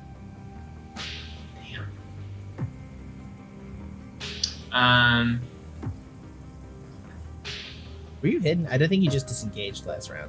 I'm wrong. I gave you advantage for no reason. Well, I just disengaged. I didn't take the hide action, but you were like, he doesn't find you. He starts loading the cannon. So I took it as like I could kind of get the jump just on let it go. My bad. Oh, whatever. I'll disengage and go back to where I was. Okay. Yeah. So next up in the order is Chuck. Chuck Amuck.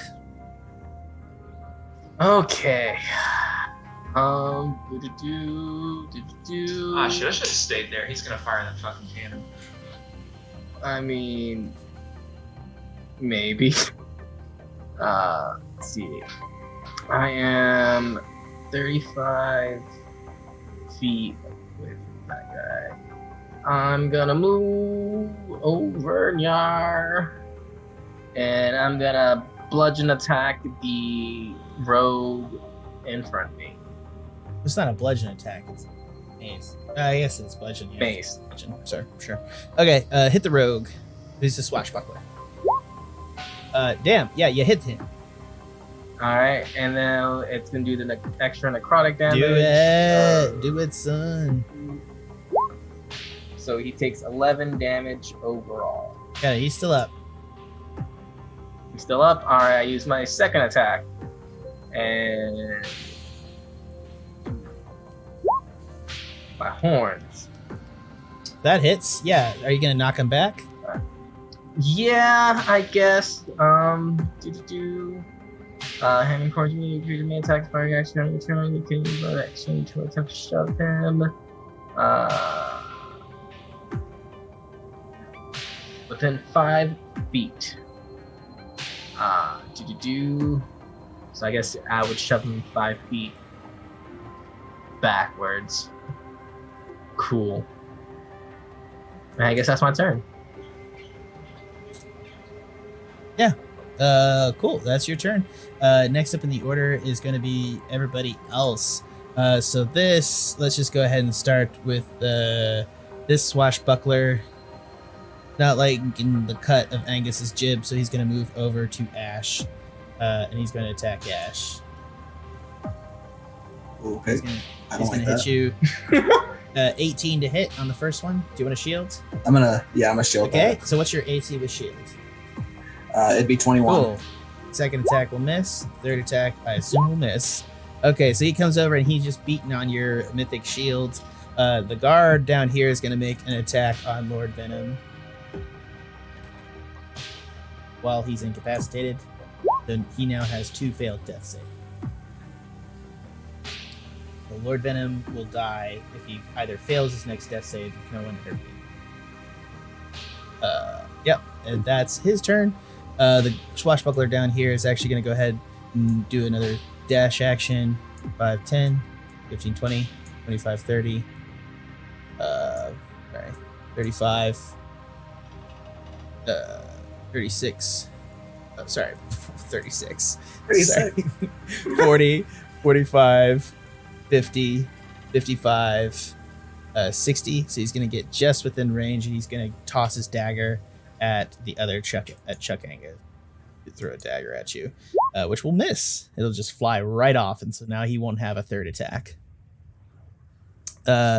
Guard number 2 is going to come around, and he's going to wheel the cannon around, and he's going to trigger it into the side of the ship. He's going to do fireball. What is this? Turn 9? I mean, this Round of combat. I think it's still 7. No, it's not. He does 25 damage to the blimp. The blimp is now beginning to collapse and is significantly on fire. Let me just draw some fire here, just to reiterate how fucked you guys are. All of the blimps on fire. The other blimp seems to be catching where you guys are as well. The blimp is that the main blimp. If you're standing on the main blimp, it is now difficult terrain because it is so you like your feet sink into the blimp. Man, it's gonna be a quick night tonight, guys. You know, you gotta just take up the positiveness, and also like the fire. Also, you'll take damage. I am taking the positive of it. It's gonna be a quick night. I'm gonna say tonight. this: the swashbuckler, and I just want to make this clear. The swashbuckler. Sorry, that's not fire color. The swashbuckler, Ashe, Chuck, and Lord Venom are now engulfed in flames. On your turn, you will take damage. Oh, the Lord Venom's dead. It depends. He took a death. He completed one. Not looking good for him. Just to keep you guys aware, he took a death saving throw at the start of the turn and passed his death saving throw because he starts ahead of Ashe technically. So it's actually no. He goes after. Sorry, he goes after Chuck. But you guys will all get a turn before Lord Venom's next turn. So if he takes damage in the fire, he will die. Okay. Next up in the order. I believe that's all of the guards and everybody else. You see that they have 2 of the guards up here are taking an action to load something. And yeah, it's back order to, I think that's everybody's turn. Yep. Ashe, save us, you beautiful, sexy wizard, you. Yeah, it is now round 8.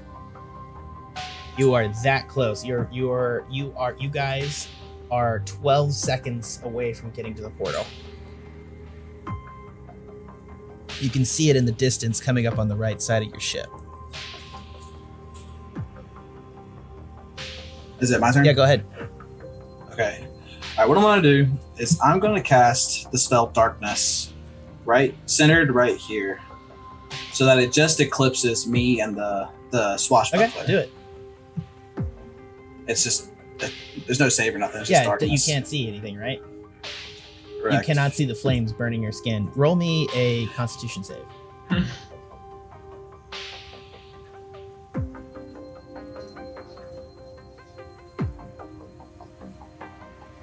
17.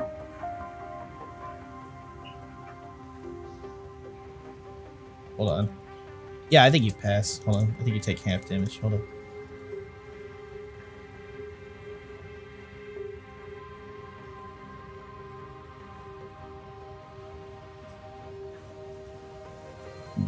All right. I think you're going to take 2d10.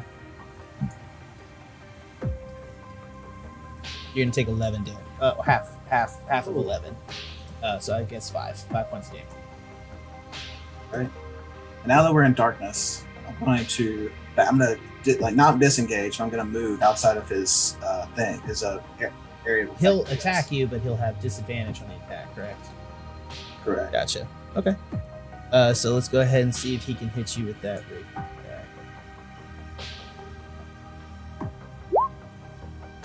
Goddamn, dude, he's 20 and 22. So yeah, he's Ouch. gonna hit you for 10. So he's gonna hit you for 10 points of damage. And now that I'm out of the darkness and the fire, right? Or is the fire still No, here? the fire's fine. Like the red line it's just skirts around. I'm gonna say that it's just hitting Chuck and not Lord Venom. How about that? Then I'm gonna. Well, hold on. I'm gonna be right here. Can I step over Lord Venom's body? Yeah, go ahead. 5, 10, 15, 20. You can huddle on I'll top be of right. him so he'll be alive. Oh, I see what you're doing. Yeah. Yeah, nice. Yeah, this is a good idea. I'll just huddle on Yeah. top of him. And then I'm gonna say, Chuck, Chuck, there's another one. There's one behind us as well. Where's Scree? He is doing his job, as we all are. And then that'll be it. Or actually, I'm gonna use my bonus action to convert another spell into a sorcery point. Okay, do it. That'll All be right. it. The next up in the order is Scree. Is this guy still distracted, or I guess not? No, He's not, he hasn't in loaded. the He hasn't loaded process the of- cannon again because he, like he said, he Okay. used the cannon on his last action. So Can I try and vault over the cannon to gain advantage on him? you can't. No, that's not how that works. It's fine. You can go around and attack him, but like I don't want to like start something here that I'm gonna really regret having started. All right, that's fair. All right, I'll come up and attack him. There we go. Thank God that works. Sure. Sorry. 16. No, my roll 20 was having an issue. Yeah, that'll hit him for 4 points of damage. Wait, You only got a dagger. oh no, I know it's a makeshift dagger. I'm just figuring out what to do next. He only different from has last 11 time. points of health left. Pretty much just me and him at this point. I Yeah. guess. I'll stick around. Okay. I won't move. All right. Next up in the order is Chuck. All right. You killed another guy over there, didn't you? You killed one of the other No, you guys haven't killed a swashbuckler yet. That's right. Yeah, I shoved it over there.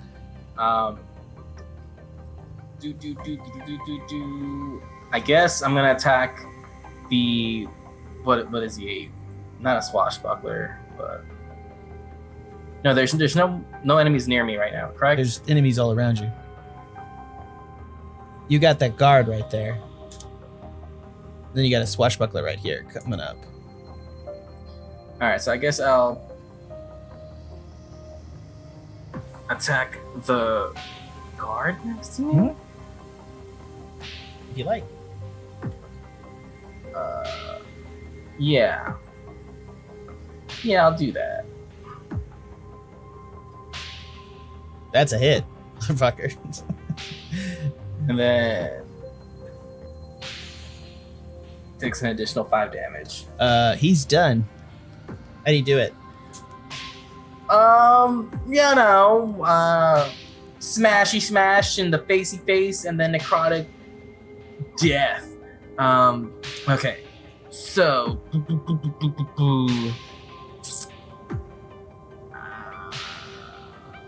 Oh, also Two- roll me a Constitution save. okay.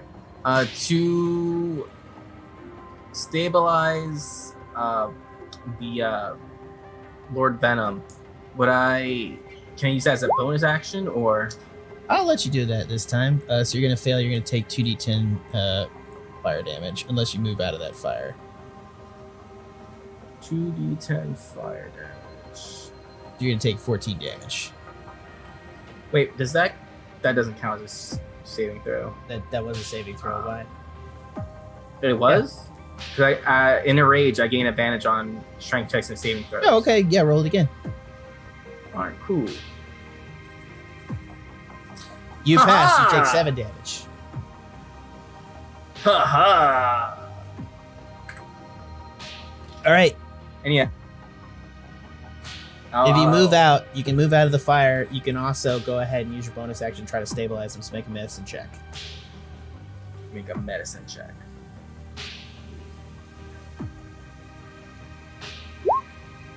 $14. Yep. So you stabilize Lord Venom. Sweet. Okay. Next up in the order, I think that's Chuck. That's his turn. Lord Venom is stabilized and does not have to make the death save. Well done, Chuck. Good thing everybody do that. Next up in the order is going to be the Swashbuckler, who this first Swashbuckler at the head of the ship is going to need to make a Constitution save. So let's go ahead and do this for him real fast. He's going to fail, and he's going to take 2d10 damage. Kill him. Kill him in flames. He will take 14 damage. Kill him. Kill him in flames. No, he's not dead yet. Is this the one in the darkness or The one in the darkness, yeah. Okay. But he is going to use his action to move out. Oh, sorry. Yeah. He's going to move out of the darkness, and he's going to come around, and he's going to come up to Chuck Angus, and he's going to do several attacks. He's going to start with his rapier. Rapier 1. That's a crit. He's going to do 16 points of damage to you, Chuck, though I believe that's halved, correct? Yes. So he's going to do 8 points of damage to you on the first one. Okay. Double crit. 26 on both. He's going to do 10 points to you, halved again for 5. So he's done 16, 8, so he's getting 13 points of damage to you total so far. And then he's going to come around with his dagger, which he'll miss with. And then he's going to use his disengage action to back off. You can't get an op attack. All right, but in his movement, wouldn't he went by Ashe, who would have gotten an opportunity attack? He think he went disengaged, and his disengage works for the turn because he's bonus action Okay. disengage. So if 2 crits. yeah, so he got 2 crits on you, but half damage. Yeah, I'm on 19. Okay. The other Terrible. Swashbuckler is also going to use bonus action disengage, and he's going to come up and he's going to do rapier attacks again. 26, another crit. That's 3 crits in a fucking row. Well done. So he's Don't congratulate yourself. What? Fuck you. he's going to do 14 points of damage and half that to 7. Second rapier attack, which will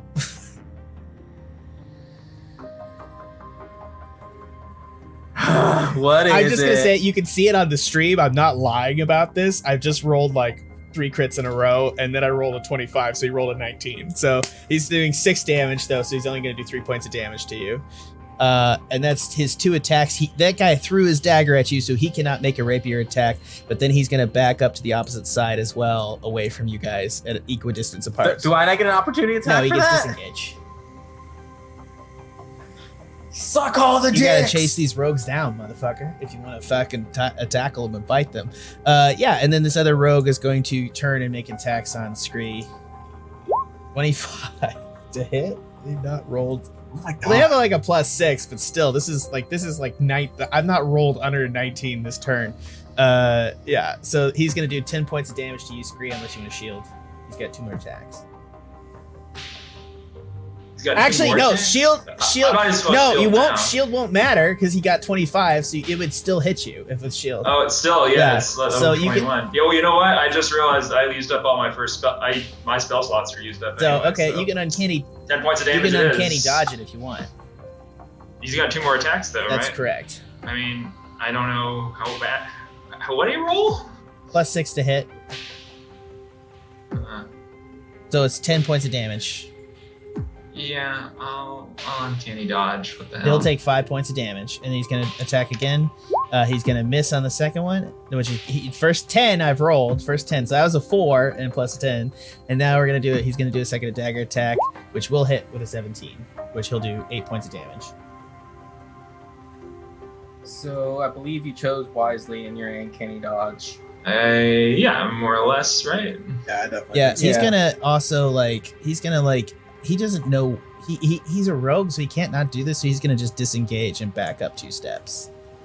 He can't not fight like a Yeah, rogue. he's gotta like disengage. It just serves no fucking purpose, but he's just dancing around with a sword and a knife, and he's like, he's just kind of is like, oi, you're the little bird person, aren't you? Come on, that's me, a little birdie.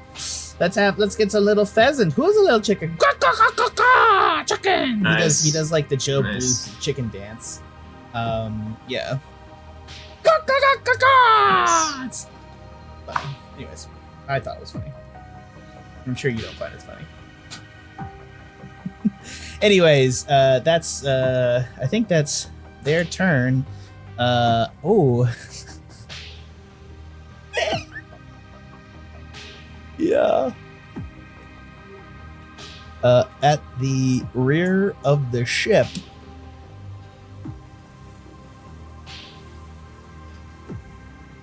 Hold on.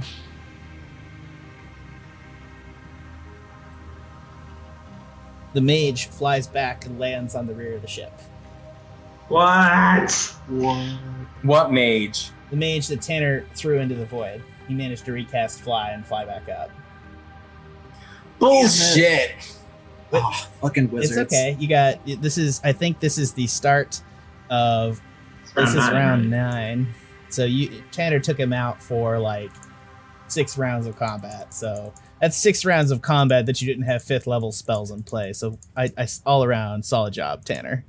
He has 5th level spells? Yeah, he does. Dang. He is the warden after all. Somebody's got to keep these guys in line. Okay, so you guys can now see over here. The gate is coming by. It's basically probably by. You guys hear all of a sudden, Kimberly's like, "Get ready! The gate's gonna be on the left side of the ship. That's starboard for all you nautical fucks."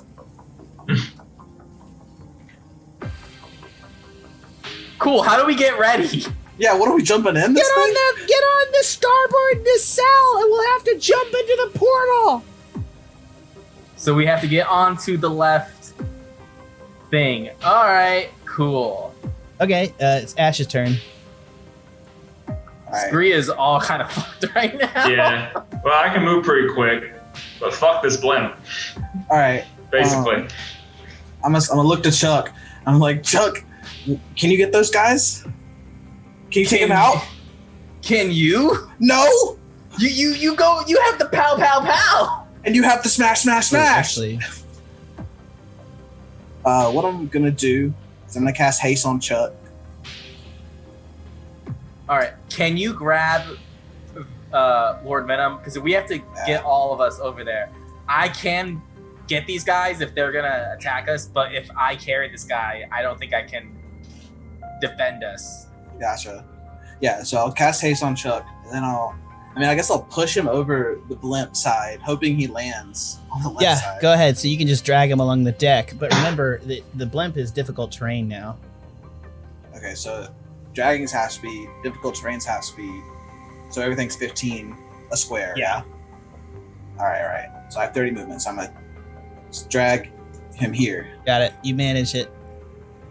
Does he fall? Like, is it a limp body? Does he like fall over like the cushiony? Yeah, you could try to push him so that he slides off if you want to do that. Definitely. Yeah, push you him. slide. He just slides off the side of the blimp and falls onto the other blimp, and you begin to see him sliding off the other blimp. What? Oh shit. Well, can I slide off the big blimp to be No, where he you is? cannot. Even if I go limp? All right, go limp. Whatever. I'm just throwing rules out there. Do it. All right. But as you slide off the blimp, you hit the other blimp. You need to make a dex save. You need to make a dex saving throw. Alright, okay, Yeah, I got to give you some form of save. I'm sorry. That was a bunch of bullshit. Oh, okay. I hit twice, sorry. I'll take the 22. You managed to catch him, and you managed to hang on. You managed to keep him from sliding off. That was a bunch of bullshit, but whatever. He's a benevolent god. That was not how it's going to play out for Chuck or Scree. I just want to establish that now. Sorry, guys. We're gonna crit. And then that'll be it for old Ashe. Okay. Yeah, that's his turn. Next up in the order is Scree. Fuck this blimp. I'm getting the hell out of here. I'll use take the dash action and double. Oh, hold on. That's- You're here, right? Yeah. So am I in his sphere? of no, influence? but I Am just want to say take 5, 10, 15, 15, 20, 25, 30. Okay, yeah. Are there Oh, that's right. I have to use that rope. are there like ropes underneath? Because I see on the downside some ropes like underneath connecting. What do you mean? Like Oh, yeah, there's ropes underneath. Yeah, that leads to that you could jump onto the cabin. That's not, for the purposes of this combat, it's not what it is. I mean, theoretically, if he jumped to the cabin and then continued to the left side, would that be a shorter distance that he No, could do? I'm not gonna say that. You guys see what you can on the map. How about that? Sorry. I'm trying. No, I get it. Keep going, Trevor. So that's 20. That's 30. That's 30. Yeah, Okay. because you had a bunch of unsafe 35, distances. 40, 45, 50, 55, 60. You're moving into the flame. Well, fuck. What? You can slide Yeah, over okay. one and be fine. I can? Yeah. I guess I moved from here. Yeah, didn't I? Okay, yeah. Well, hold on. That doesn't make any sense. Hold on one sec. So you're half speed, so you're 30, so it'd be 15 feet of movement. I probably, Yeah, I'm you're encounter the flame at some point. getting up here. even at best speed with 30 feet of movement, you're gonna be here, dude. All right, whatever. Why? What's the problem? I don't know. I did it wrong, I guess. No, he's 5, 10, 15, 20, 25, 30. So it's like 30 feet of movement. Sorry, you have half speed on the blimp now. Sorry, Oh, because it's rough terrain, right? Yeah. like that's the I thing. got it. Everything is rough terrain now, except the blimp over Got it. here. Got it, Which got is it, the got it. issue. Is I feel bad, guys. I did just do a bunch of bullshit for Lord Venom and Ashe, but that's cool. Ashe made the save. It's okay. You killed him off. You're making it up to him. It's We okay. Get it. I would have if Ashe had failed that deck save, I would have killed him. Just saying. Again. Oh, that's I'm nice. just joking. I usually I'll let you make 2 death saves at least. I mean, no, I'm just kidding. I'm joking, guys. Yeah. So that's Scree's turn, I believe. You use your bonus action. You haven't used your action though. I don't. As you come up the rope, you could cut the rope bridge so the other guy couldn't follow. That's an idea. Sorry, I shouldn't. Like, can I with my little shiv do that? No. Yeah, action. Sorry. It's No, all right. I I'll take it. apologize. That was dumb. I don't have any better ideas. I shouldn't do that as a DM. I'm sorry, dude. I apologize. No, come on, please. You love I do us. love you, but I shouldn't tell you that. Anyways, that's Scree's turn. Next up is Chuck. Okay, so me to getting to the swashbuckler on my left would take me about 20 feet of movement. says 15 or 20. and if I'd go 20. is that rough terrain? Yeah, Yes. so that'd be all your movement. So that'll be all of it at Unless 40. you took the dash. Your speed is doubled from haste. Oh, that's right. Yeah, so he's got 40. Yeah, he's got all the movement he wants. I got all of them at Which once. is So I'm gonna normal. go. Yes, I'm gonna go over here, and I'm gonna hit it in the face with my mace. In the face with the mace. In the face with the mace. Hits. 23. All right, and then it's an additional Necrotic. D6. Yep. So that is 13 points of damage, Mm-hmm. and I guess it's still up. He is still up. That is correct. I hit him in the face with a mace again.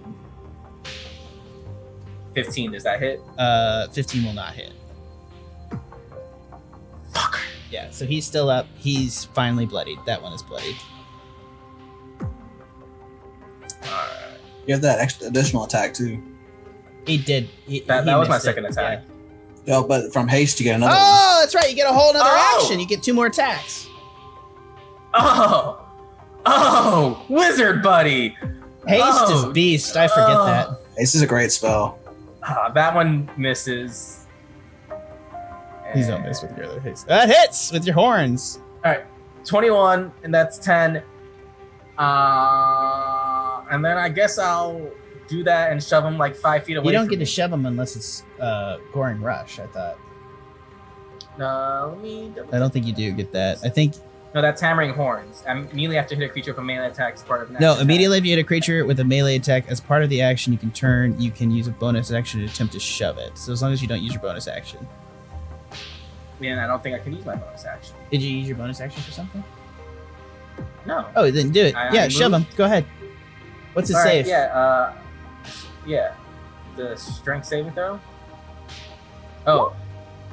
If you have to succeed a strength saving throw, and then I can move it up to 10 feet away. His from ass passed. He rolled a 21. He critted. He takes it. Oh, another crit. It's not my bad, guys. This is bullshit. This is beyond 20, man. I rolled 6 crits tonight. I'm just saying. Sometimes the dice are against you guys. Come on. What do you do, Chuck? You gonna keep moving? No. You're gonna stay there. Yes. Perfect. Okay. That's your guys' turn, and next up in the order is going to be Swashbuckler, this guy right here, who's going to go 5, 10, 15, and he's going to jump to stab his knife into the side of the thing, so he's going to need to make a dex save, which he'll make an 18. So he's going to go ahead and do that, and he's going to do 10 feet of climbing, and he's going to use his bonus to do dash. He's got 60 feet of movement. He's done 15 movement there. He's going to do another 10, so he's going to do 25 to get him there. And he's going to come around. So it's difficult terrain now. So he's got 25. So he's got 35 feet of movement. So he's got 15 and a half, which is not, I'm just going to say 15. 1, 2, 3. And actually, no, he's going to back off right here because he doesn't have an action. So the other guy's going to zone in 5, 10, 15, 20, 25, 30. And he's going to attack Scree with a rapier for 10 points of damage. Do I have a reaction left? Yeah, you can dodge. I haven't used it this round yet, right? I'll use Uncanny Dodge. Okay, you take 5 points of damage. All right. He's going to hit you with another one, which will miss. He'll hit you with the dagger, which will miss as well. And he's going to back up 1 square. You got these 2 fuckers dancing around you. Mm-hmm. What's your AC now? I believe you have 10 points of health left. Hit points is 10, and my AC is still 16 if Mage Armor is still active. Yeah, Chuck Angus has 9, and you have 15, I believe. No, I'm not asking AC, like health. How much health you got? You got 10? Okay. Sorry, it doesn't update on the stream very quickly. It's 9. Chuck, you only have 9 points of health left? Yep. Chuck, you're having a bad day, mate. But to be fair, this is one of the best days Chuck has had on our streams. Yeah, and he's taking 2 crits too. He took 3 crits. He took 3 crits. Yeah, 3 crits. See, I learned to rage right away. You've learned a valuable barbarian lesson, and I appreciate that. Too bad we're all gonna die. We're all gonna die. Okay, no, that's okay. That's the 2 attacks there. This guy is going to actually disengage from you, Chuck, which is going to leave him that. So he's going to go 5, 10, 15, 20, 25, 30, and he's going to jump down here. This gauge doesn't let me have an opportunity. It does not, no. So next up in the order, that's all of their turns. And actually the wizard is going to advance. Well, he's flying, so he's not subject to opportunity attacks. He's going to move 60 feet. So let's go. He's just going to move straight 60. Thank you. That's actually super helpful. Yeah. Oh, you saw that? Yeah, I always see when you guys do that. Yeah, so he moves up 60 feet towards you guys. I just need to see how fucked we were. Okay, next up in the order, it is round 10.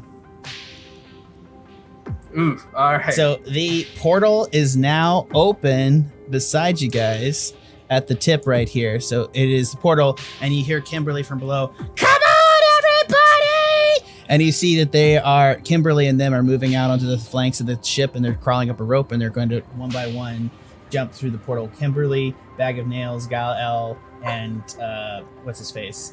Demon Spawn. Amon Demon Spawn. He's not called Amon Demon Spawn. I'm gonna change that. That's a shitty name. I'm gonna change him to an Aarakocra. I don't know why. He's got feathers now. Anyways. So, versus Ashe? Yeah. Right? Yeah, first up is Ashe. Alright, it's gonna be a simple turn. I'm just gonna keep dragging him along, and then This is not difficult terrain on this nacelle. Okay, gotcha. So with I'm a double move, so I use my action to dash. Got it. With my double move, I should be able to make it to the edge with 20 feet, and then I'll kick him over, and then I'll jump in. Okay, I think you can do that. Yeah, you managed to get them both through there, and Ashe heads through. Yeah, Ashe jumps through the portal. We'll resolve that in a minute. Scree and Chuck, you guys are left on the ship. All right, Scree goes first. Scree, we just gotta fucking get out of here, man. Yeah. Yeah, I agree. Scree is next up. I still had to use this rope to climb the rest of the way up, What? right? What rope? No, you're already there. What rope are you even talking about? You're already on the top. I'm on the top? What? Yeah. Where? I meant to I'm on to the wooden No. platform at the Look, top. this is all terrain. You're on difficult terrain. Yeah, so you're saying it doesn't matter if I go back You over don't here need to the rope. or Yeah, not? you don't need the rope. You can just start going left. Yeah, it's like All right, it's I will do uncomfortable that and you then. got to engage your abs, but it's not bad. Yeah, okay. Well, I'll take the dash to double my movement speed to 30 feet of movement. 30? Movement. Right, okay. 5, 10, 15, 20, 25.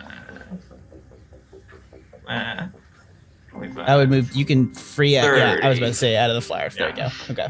Yeah. All right. As far as I can go. Next up in the order is Chuck Angus.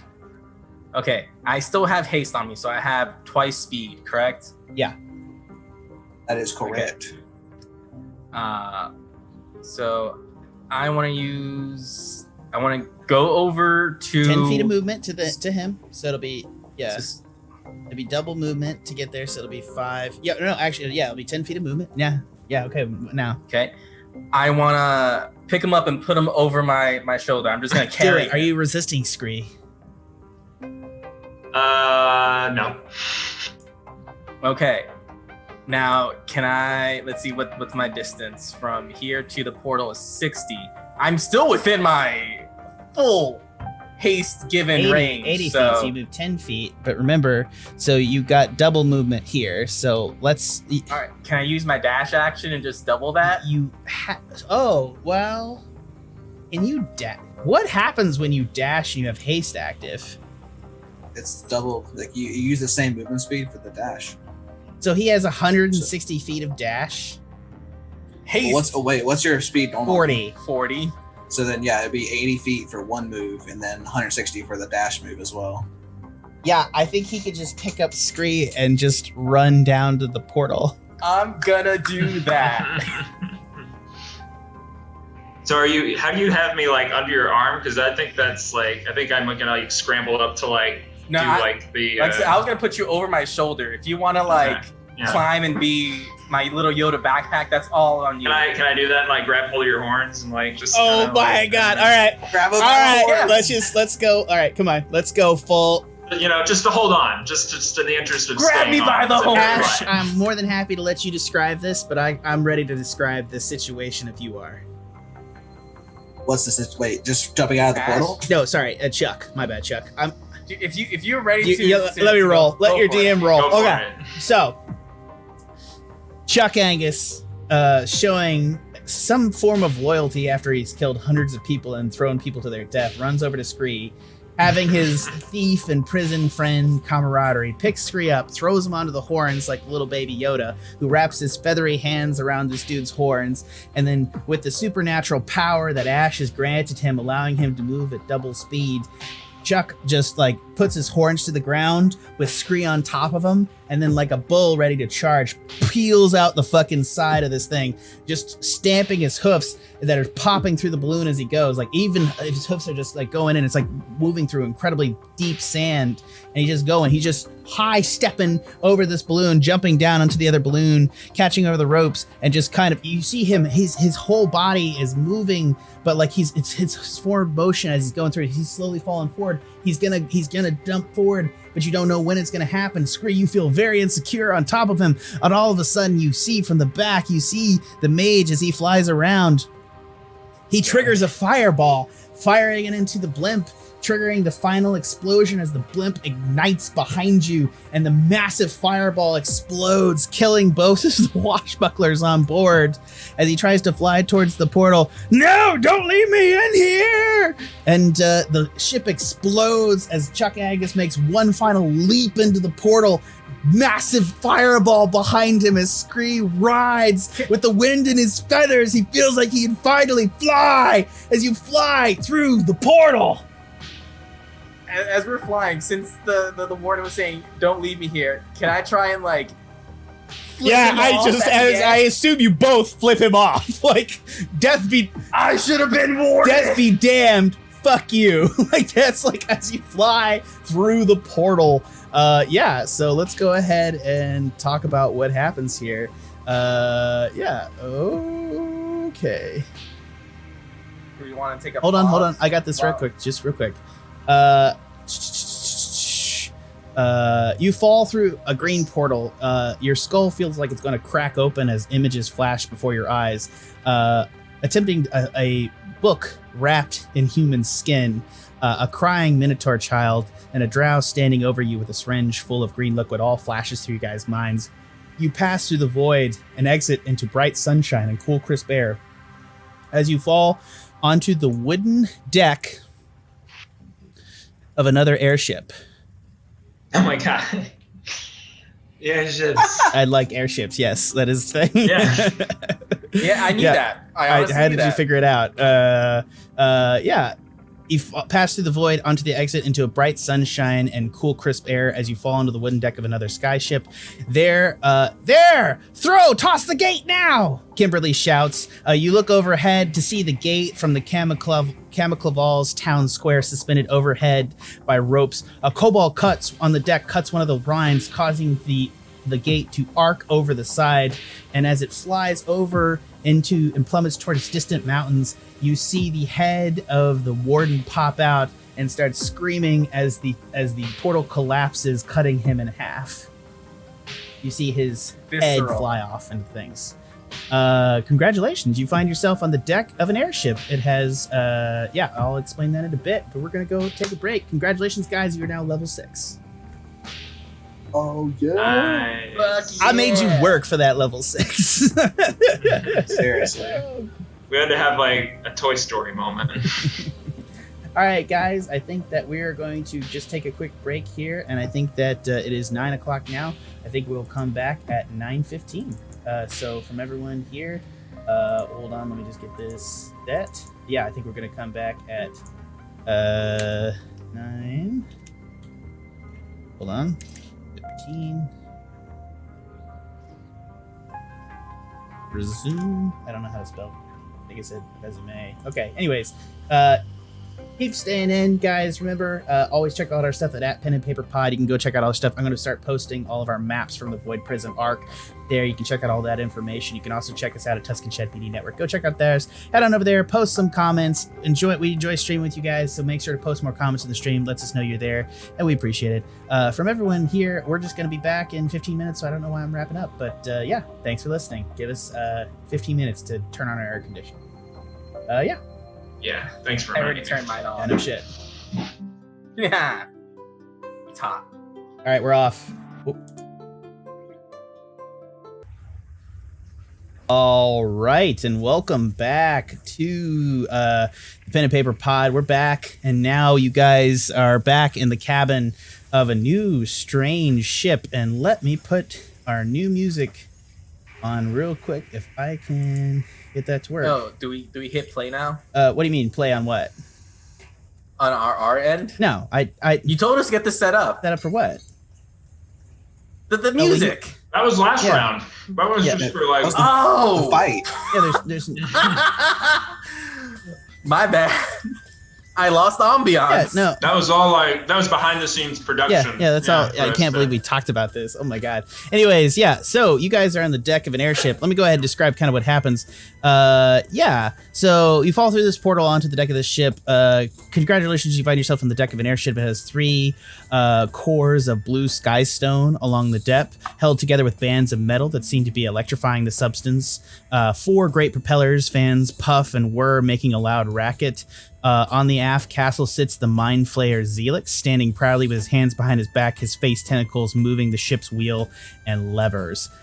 You 3 are very exhausted and invited to a cabin on the bottom deck. You're going to go down through the ship and be invited to rest in a cabin. And you are invited by Lord Venom as you guys pass by. And he looks at you, Chuck Angus, and he says, "Thank you very much. If it would be no trouble, I would have you 3 come tonight to my cabin for dinner." Food, yes. Sleep now. Must. So you guys are taken down to the cabin and you fall asleep for a long rest. Fuck yeah. Nice. Okay. You guys awaken in your guys' cabin. What do you guys want to do? So you're in kind of a, let me just do the size proportions of this room for scale real quick here. You are in a 25-foot cabin, which is very spacey for a ship by 15 feet. You have this little area. You got 3 hammocks hung along, 3 green scale skinned hammocks that's made of some sort of weird green leather that you see is strung across the top. 3 hammocks. You guys sleep in them. You got a table and a dresser drawers in there that are empty. Yeah, so we took our long rest. Yeah. We wake up. Well, while you guys are resting in there, do you guys talk about anything? Anything happens? I'm very curious, just for me personally, because this is like a lot of conversation time for Scree, Chuck, and Ashe. I compliment them, going, when we entered this prison, like, what was it, a day ago? 3. I thought you guys 3 in-game days happened. 3 in-game days. All right. What is that? A fortnight? Yeah. Fortnight's 2 weeks. It's prison, man. Leave me alone. Chuck is just complimenting you guys and going.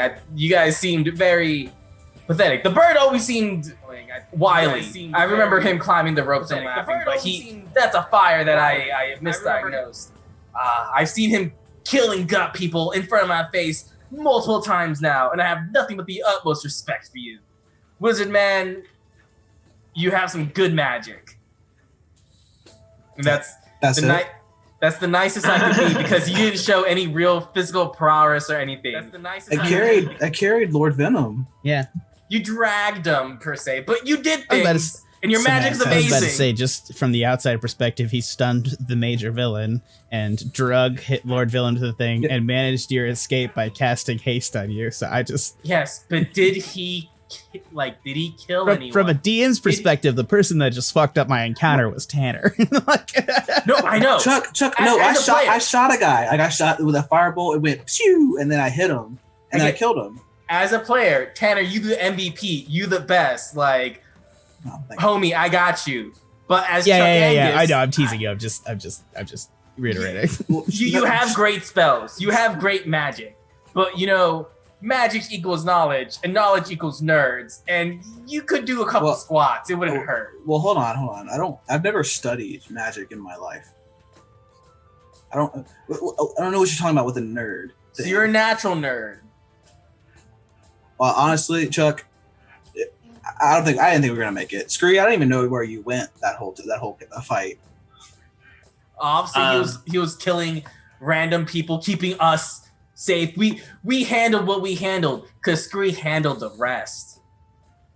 Well, I had some unfinished business to attend to. Did you guys see that weird shit in that portal? Yeah, actually, I was. Did fuck anybody else up? I saw a baby and what was it? A green syringe. A syringe with there was a so the three things you saw a book made of bound in human skin. You saw a drow standing over you with a syringe full of green fluid, and you saw over you. The perspective was always your perspective, and you saw a crying Minotaur child. Oh, so we all saw. You that saw shit. all three of those things. Yes.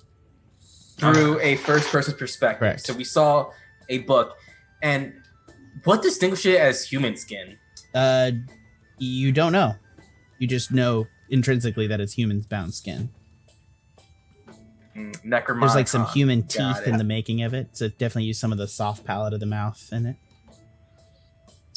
I don't particularly know what the other two things were, but the green syringe, that was something from my memories. The book skin from one of y'all's memories? I think it might resemble a book that I've heard tell of, yes. That I tried to steal and failed to. It leaves the Minotaur child to you, Chuck.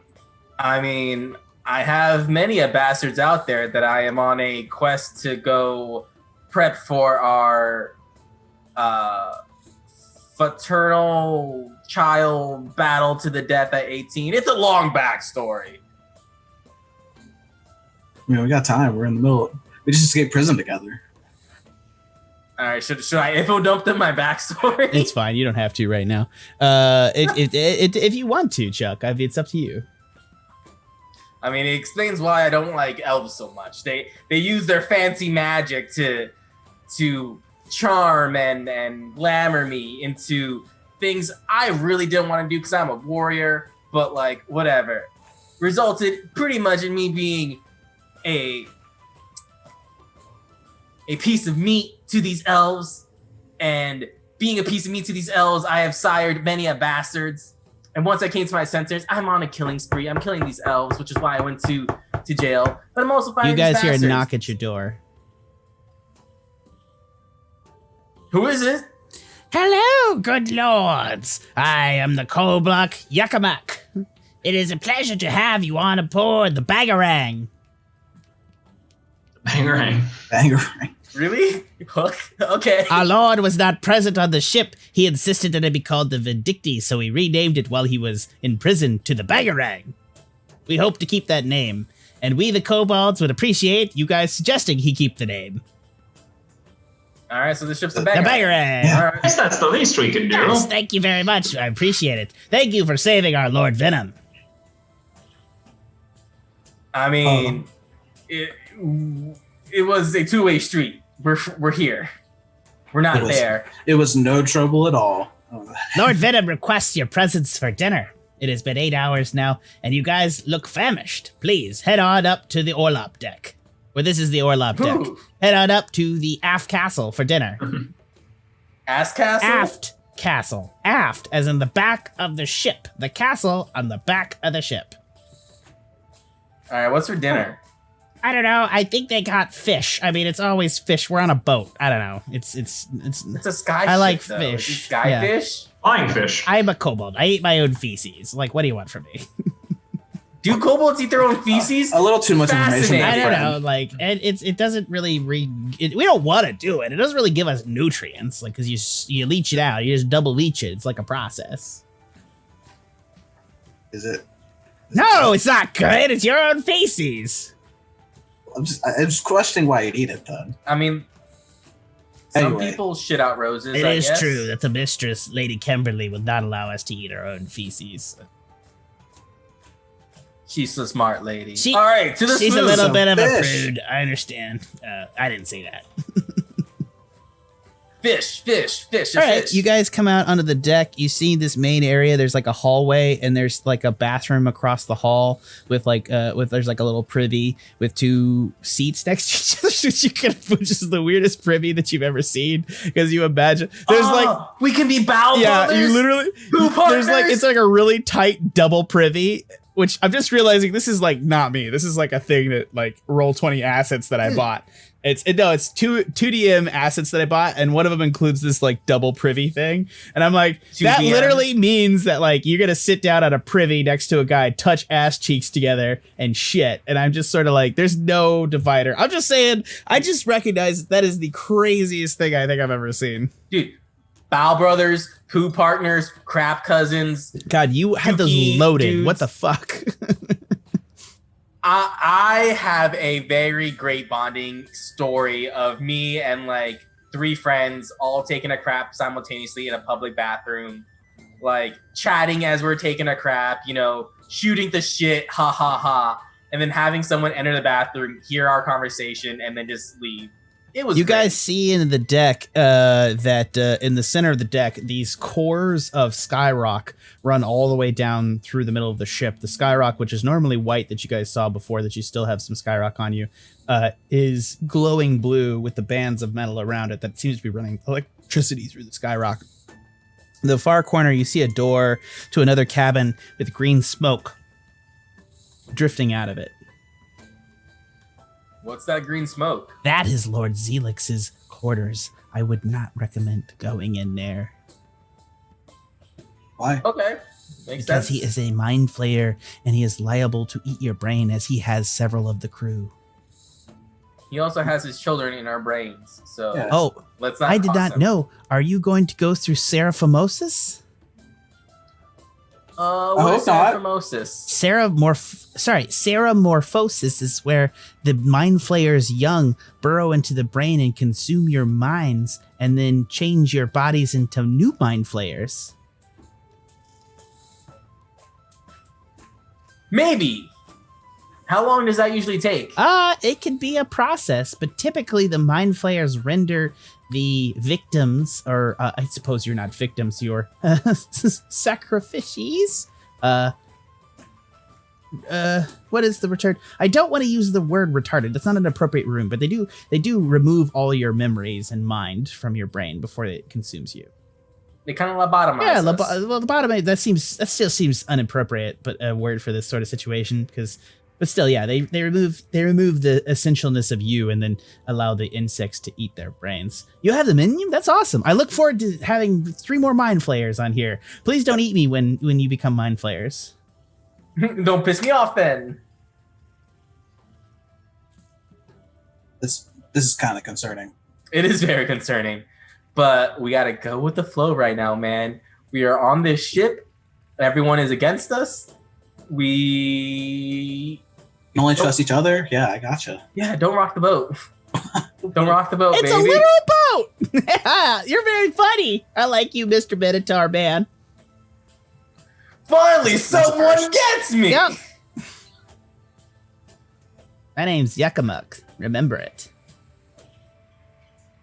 Probably Yeah. not. Okay. So what do you guys want to do?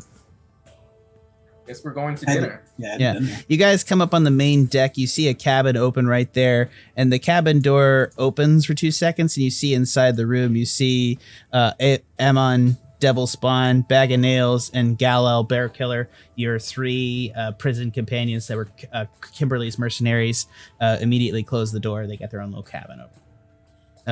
On the main deck here, you see that there's undersides. This is the Orlop deck with a bunch of guns. There's definitely spear guns on the side with ropes attached that the ship can use to fire anchors into other ships. Okay. You're able to go to the aft part of the deck. I'm just going to take control of your characters, so follow me. Hold on. Before we do that, can I go in and ask the other guys if they're coming to dinner? Yeah, go ahead. All right. I go, oh, fellow not inmates. I hear it's dinner time. Are you coming with? Galel will speak up for them, the Goliath, Galel Bear Killer. We were not invited to dinner this day. We dined with Kimberly. Are you still hungry? I can maybe try and bring you some stuff. Sure. It's a day of celebration. Bring me your food. Now see what's left. Okay. Solid, bruh. Are you going to receive your mission upstairs? Maybe. Who knows? I'm gonna go eat. Yeah, you do that. He shuts the door. All right, we get a mission, and they already ate. Cool. You head back up to the main deck, and you see the aft castle behind you. So there's the forecastle, which is here. Ass castle. Aft castle. Aft castle. I know what you're saying, and I know what it is, but in my head, it's always going to be the ass castle. I don't even know where. You see smoke coming out of the chimney on one side of the ship over here, and you guys proceed to the door by the aft castle. Do you guys go inside? You can see through one of the windows into a lab where Kimberly is sitting. Oh, if I see Kimberly, I'm going to go be like, hey, how's it going? Kimberly has, so in this room, you find that around the aft skystone, there seems to be some sort of giant boiler engine that's wrapped around the skystone that's puffing out brown smoke, then blue smoke into the room, and it seems to be somehow tied to the propulsion system of the ship. In this room, you see a wide room. There's a stairwell leading down to the floor that you guys came up through. And there's a bunch of armor and everything, and Kimberly has a forge going with a bellows and a hammer and tongs, and she needs to be ironing out weapons.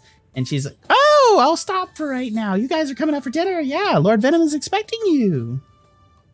Yeah, we're gonna get dinner. I hear you already grabbed some, but Yeah. say hi. Yelmick is cooking you a dinner. I think it's gonna be. I think we landed the ship for a bit and caught some trout, so should be some nice trout. All the fixings. I think we got some vegetables from some of the local continents here, so I think we're gonna have some green beans and trout, and maybe a little. I think we slaughtered a pig. Well, we can't keep pigs downstairs because my brethren just eat them like raw, like right out the bone, man. It's great. I mean, it's either that or their own shit, I hear. I so cannot. I I really am trying to cut that out. If you see it, I really appreciate you telling me. Like, if there's kobolds down there eating their own poop, tell me, okay? All right, I'll do it for everyone else, but Yucca seems to be kind of cool, so I might let him have a nugget. Yucca Muck is his name, but that's fine.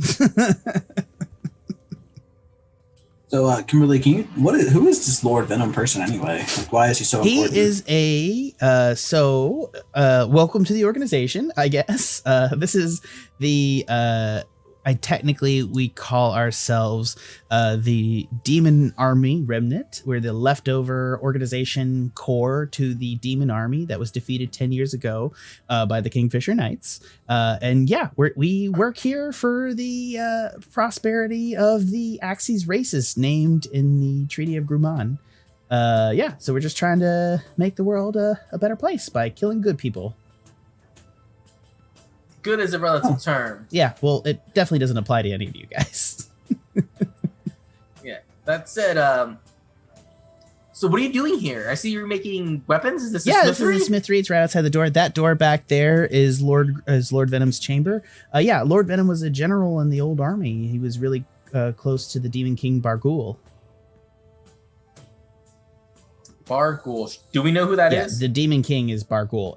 His name is not said aloud typically in polite society. It's like he who must not be named. People call him the Demon King, but they don't call him Bargul. That's not something you've heard like really recently. Some of you probably don't even know what the Demon King's name is.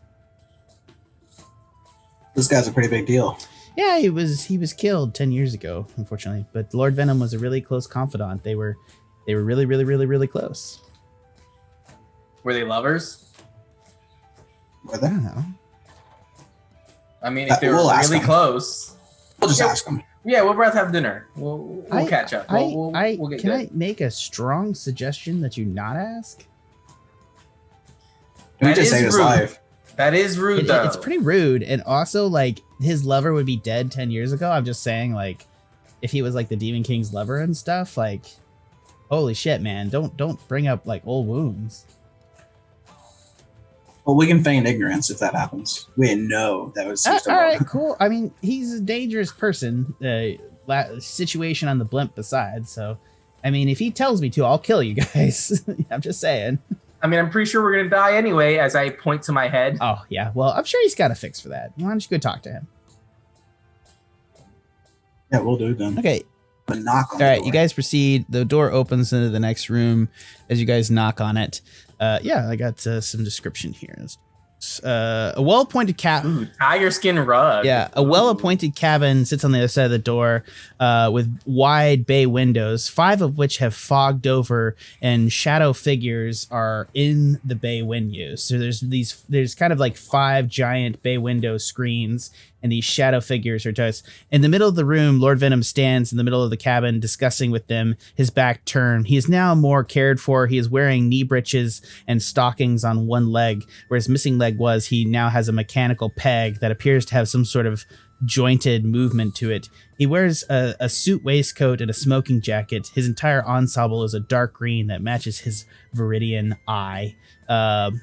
He turns and he waves his hand, and the windows unfog, sending away the mysterious figures. Welcome to my ship, the Vindicti, or as the kobolds now call it, the Bangarang. Great. Bangarang! Okay. Chuck just like bellows that out, like super. Well, Ash is gonna look really nervous right now from those shadow figures. He's he's twitching. yeah. So, did anyone want to make a perception check? Sure, we should be on our guards technically. Yeah. All right. Well, passive perception, you notice that several of the figures have like horns and other things. They look pretty crazy. I mean, I have horns. That's actually fair. This means nothing in this fantasy world. Ash is really scared. Okay. Is there a bookcase? Yeah, in there's here? 2 bookcases. Scree will immediately like obsessively pour over every title in the bookcase. Okay. Well, I will solve that issue in a minute, but you're gonna get some stuff from All me. right, I guess I'll roll a perception check to see who's in charge in this room right here. It's clearly Lord Venom. He looks more possessed. And All right, well, I rolled a 20 for perception. oh, who's in charge on the window? Just like, let me read the room, like, what's going on here? So Lord Venom seems to be having a discussion with other shadowy figures in his shadowy organization. I was told we're here for dinner. Oh yes, Yelmick is making us a lovely trout, and I'm very excited for it. Sit. He immediately goes to the head of the table and sits down. You see, he stands in the middle. Okay, so along one wall, you see that there's like, you know, along here, there's a tiger skin rug on the floor. There's a small bed with, there's a table beside it with several maps on it. Along one wall, there's an antler of like, there's some sort of creature that's been killed that's been hung up on one wall. It's got like 6 antlers. It's a crazy thing. And along the other wall, there's a giant painting of a man in black armor, almost like Vanta black armor, so dark you can't almost see it. And he's got 3 sets of giant horns coming out of his helm, and he's riding a giant green dragon and wielding a giant axe. That is an amazing portrait right there. Yes, I painted it myself. I commend you on your artistic skills. I see the strength, the intensity, the underlying sexiness. I'm particularly proud of the brushwork. Yes. Yes, it is a fabulous piece. You should be proud of that. Good job. Thank you very much. Why don't you guys take a seat at the table, and Yelmick will bring us our food.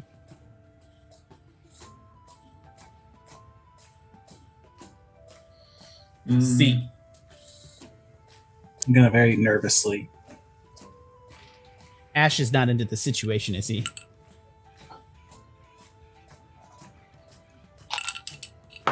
Scree will reluctantly tear himself away from the bookshelf and But hold on, what happened to the bookshelf? Oh, I'll resolve that later. Sorry. I have a list of novels in this thing, but we'll get to that in a second. Sorry. I'm not going to resolve it here. I need to look it up some. Oh, sorry, guys. Yeah. All right, I'll just keep staring at them then and start listening. I'll give it to you later. You can come on over and sit down. Unless you don't want to sit down with him. Okay. A goblin, so a short goblin comes into the room bringing a platter with like 4 or 5 fish on it, and he's going to set that down in the middle of the table. They're like the heads-on fish that have been like oven roasted, and he says, "I am Yalmek, I am the cook. It is a pleasure to have you on board. This is a French goblin accent, and it is weird, and I don't know what I'm doing with it. Here you go, and have this, and I will have green beans. Are there any dietary restrictions at this table?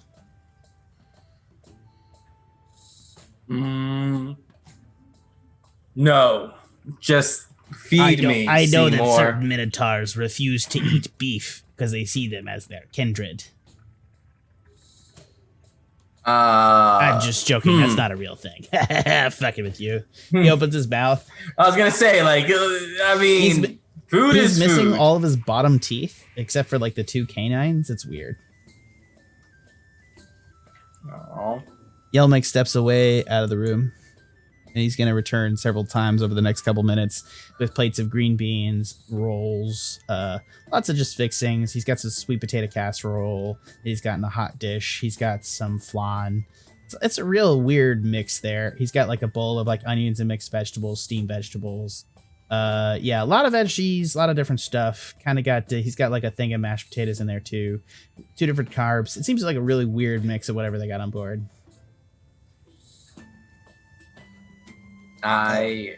Again. Chuck Angus takes a whole fish and puts it on his plate.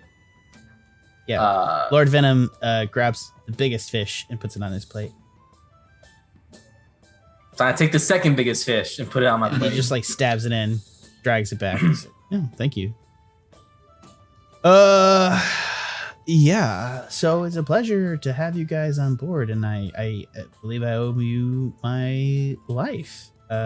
Scree, Chuck, you saved my life, particularly Ashe. You dragged me to the portal, and I really appreciate that. And Scree, you freed me from those chains, and you also managed to distract him on the side. I feel myself very grateful to you guys.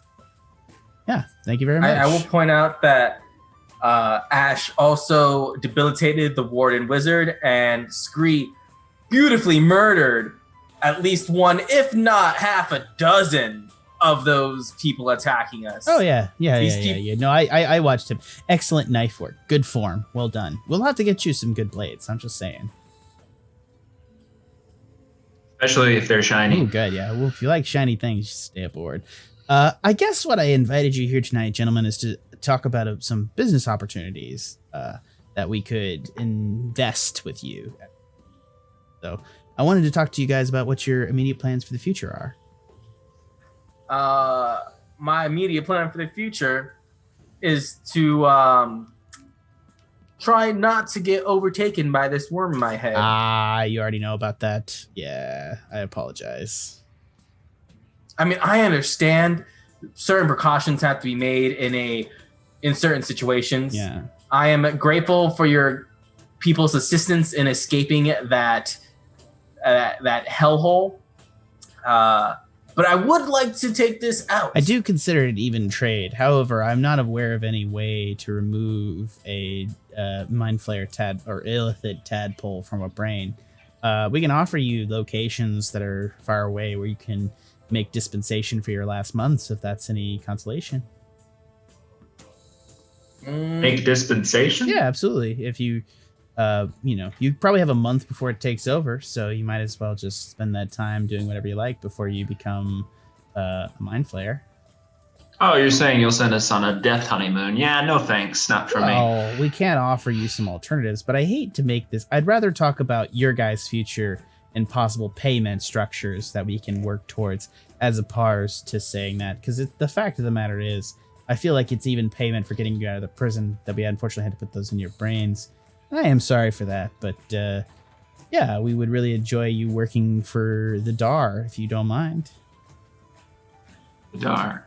Demon Army Remnant. Yeah, you like it? I'm working on acronyms. We need a better acronym, I know. You got any ideas for acronyms? Branding is everything. It really is. Demon Army was pretty good, I gotta say. Bargul was really good at that shit, man. He had a name for everything, and I'm just really following in his footsteps here. How about you add a K to it to make it dark? Oh, God, okay. Demon Army Remnant Knights. Okay, that's good. Gotcha. We're dark. We're dark now. We're the dark core. I don't know. I'll work on it. Anyways, dark. Well done, Mr. Ashe. Good job. Like I should get a finder's fee on that one. Yeah. You shouldn't have shouted it out loud then. Okay. I didn't patent we it. would be willing to give you guys armor and weapons and other things if you were to sign on board to some missions and some help here. What kind of missions? Well, missions that would be able to earn you these. And he puts a small vial with a little bit of a potion on a table. What are these drinks? This is a illithid secretion rejuvenating potion, which is Zelix has happily been able to brew you a potion. You take one of these, it'll suppress the mind flayer in your brain from consuming you. It'll cause it to go dormant. For how long? For about a month. Mm. So we have a month until it takes over, and these potions delay it a month. Scree really hates this. Yeah, it's not we have a choice here. Like I really want to ask. Like look. I don't want to force people to work for me. That said, I find myself in a position not really particularly caring about how you come to it. But if you guys want other things as well as doses of these as payment, we would appreciate that. I would like not to succumb to the mind flayer larval in my head. It's great. I have no problems doing vile, evil things. I find it quite amusing at times. Perfect. Perfect. That's all I wanted to hear. So for your first payment, we'll be sending you on a mission to a distant country, if that's okay. Is anyone not okay with you guys taking part in this? Not that I'm aware of. I mean, mentally speaking, you guys could tap out and then re-roll a character. Scree, would you? You're more than welcome to go for your final dispensation. We're not going to stop you. We feel like we've paid you efficiently a month outside of prison, which is worth it to us. I'm not interested in retirement, so I guess you got to stay on board then, bud. I guess so. I really don't want this to feel like coercion, guys. I mean, this is a case of it is what it is. It is what it is. It takes this long. It takes this money. Those are very nice words. Let's talk payment. Well, it's just like regular medicine. If I was a pharma corporation, like, you know, Zelix literally has to shave skin off his flesh to make this potion. It's not pleasant for him. I'm just saying, like, we can make the potion for you, but you got to ask what you want for it. So I'd rather this to be transactional than coercion, and that's up to you guys. Got it. The first one's free. Get us hooked, and then we pay for every dosage afterwards. I get it. I'd be willing to agree upon the number of potions we give you for your mission. All right, well, let's talk details. What's this first mission, then? I clearly need the potion. All right, so we will be willing to give you 3 potions, each of you a piece of a potion, if you would be willing. Hold on, 3 potions each, or 3 potions total for the 3 of you as a possessed group. The same deal that we offered to Kimberly's group. I see. Okay. They also helped us out in the prison, so we appreciate that. Yes, but do they have the worms in their heads? Yes, they do. They have the tadpoles in their heads. So, as you guys can see, we're somewhere between Kamaclavan, Kamaclaval, and Banfleet right now. We are going to, as we pass over Darkfall, send your other group on a mission with Galel, Bag of Nails, and Amon down to Keeper City. But I'm not going to tell you the specifics of it because there's no reason for our different groups to have knowledge of that. We would enjoy if you gentlemen would go to Orkwatch. And I have need of you guys to find... Oh, that looks bad on stream. I have need of you guys to find Halfdan, the Orc King. Well, we would enjoy some fresh equipment. Well, we're more than happy to find him. Find him in what degrees? Do you need him alive? Do you need him dead? Do we just need to establish contact? Alive. I would like to establish contact and a relationship and an agreement for him to help the Demon Army Remnant. Sorry. Knights. Yeah, Demon Army Remnant Knights. Thank you very much. Dark? Dark. That's a sweet ass name. I'm just gonna call us the Dark People. That sounds bad. I don't like that actually. That's not what I like. We're evil. You're evil. We're the Dark People. It's Stop fine. saying it. Stop saying it. It's uncomfortable. Anyways, the point is that you're gonna cause mass genocide to half the world's population. Yeah, but like, Can I get that name again for the orc that we're trying to find? His name is Halfdan. Halfdan. His name, it's quite strange. We have not been in contact with the orcs for quite a while. They've had a different cult. Their holy city of Grumman was razed when a carrier led by the Dragoon Kingfisher Knight was led back there. And they've been having Griffin riders in that carrier, and they've been launching skybolts from the air to bomb the area. As we know, the Tago Trading Alliance and the Keeper Sitting Trading Company are both involved in the area trying to build a railroad, because the mountains that Grumman sat on are very rich in rich in iron ore. They're trying to mine it. Fortunately, they seem to be enslaving a large portion of the orc population. Halfdan led a large portion of his people during the attack back into the mountains, going towards Jotun, which is the area where the frost giants currently are. We're trying to establish contact with them to create a relationship. They're under pressure, and I'm sure they could use our help, and we would like to coordinate that help. Your mission, if you choose to accept it or die, is to go to Halfdan, establish communications with him, and nail out some sort of agreement for alliance between us. Barring that, the specific thing that we need is that Halfdan has become in possession as the rightful orc king a artifact of Demon King that I would like you to acquire.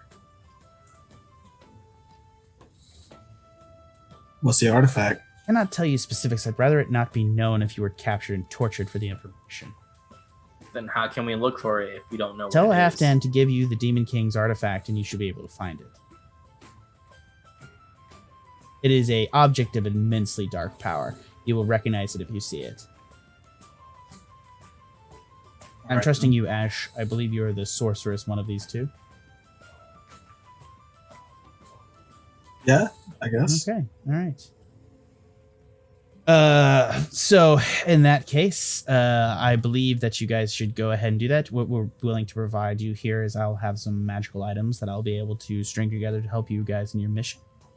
In the meantime, go check with go check with Kimberly to get all of your weapons and gear that you guys might require. And if you head down to Zelik's cabin, he can help you with potions and spells that you guys might.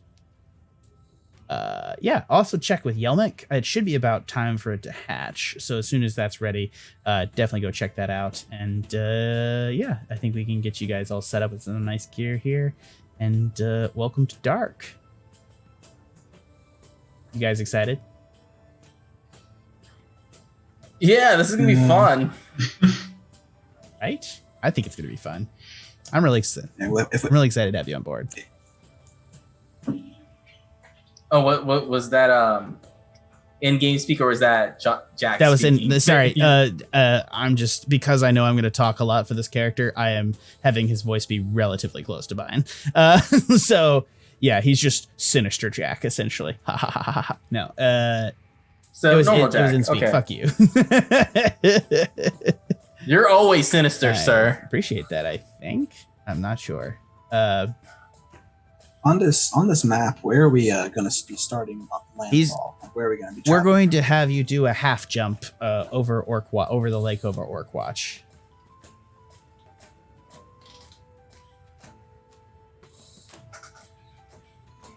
Are you guys familiar with a half jump?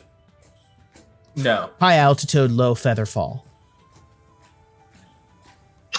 So we're free falling. Right. We'll free falling. take you guys. Okay, now I'm excited. Yeah. We'll take you guys over that. We'll give you a device that'll allow you to activate the spell Featherfall, and we will let you jump out of the ship at a high altitude, so we're not spotted by the people below. And then, as low as you can to risk it, you'll activate the spell, allowing your guys to land easily enough, and then you'll insert to the territory. Our plan is generally that there's a lot of development going on in the area currently, so we expect you all to essentially be masquerading as the Tago Trading Alliance group, which is to say that we're going to have you masquerade as an adventuring company for them that's taking service with them. 2 of your members are Beastkin as is, and the Tago Trading Alliance is entirely Beastkin. So it should be easy for you guys to pull off. Now, Halfdan is not expecting us, correct? He is not expecting you. And his people are scattered across the countryside. He's trying to move them as best as possible. He's in a very stressful situation. I expect you to understand that. I am sure some of these orcs are going to attack you.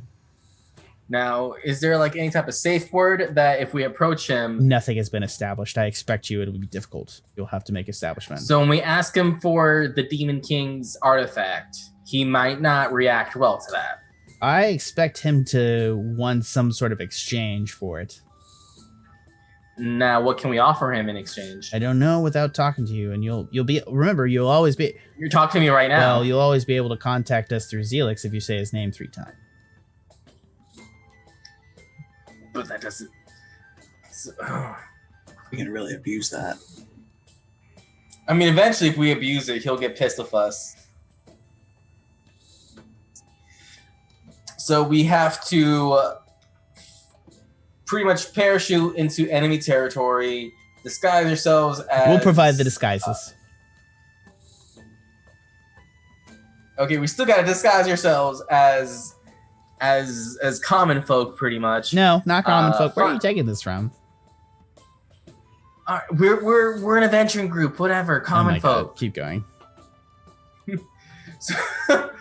So we gotta disguise ourselves, infiltrate this group, somehow get face to face with the Orc King. They're orcs.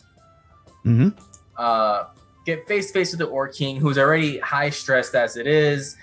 Ask him for an item that he'll want to trade for, that we have nothing to offer, and they might not react nicely to us at all. This is correct. This sounds like we need more than just a potion. We'll get you some stuff. So why don't you guys go ahead and head out and talk to Kimberly and Yelmek? It'd be time for it to hatch. Hatch? What's hatching? Some gear for you guys. What's the Yelmek? Yeah, the cook. He's also our hatchery.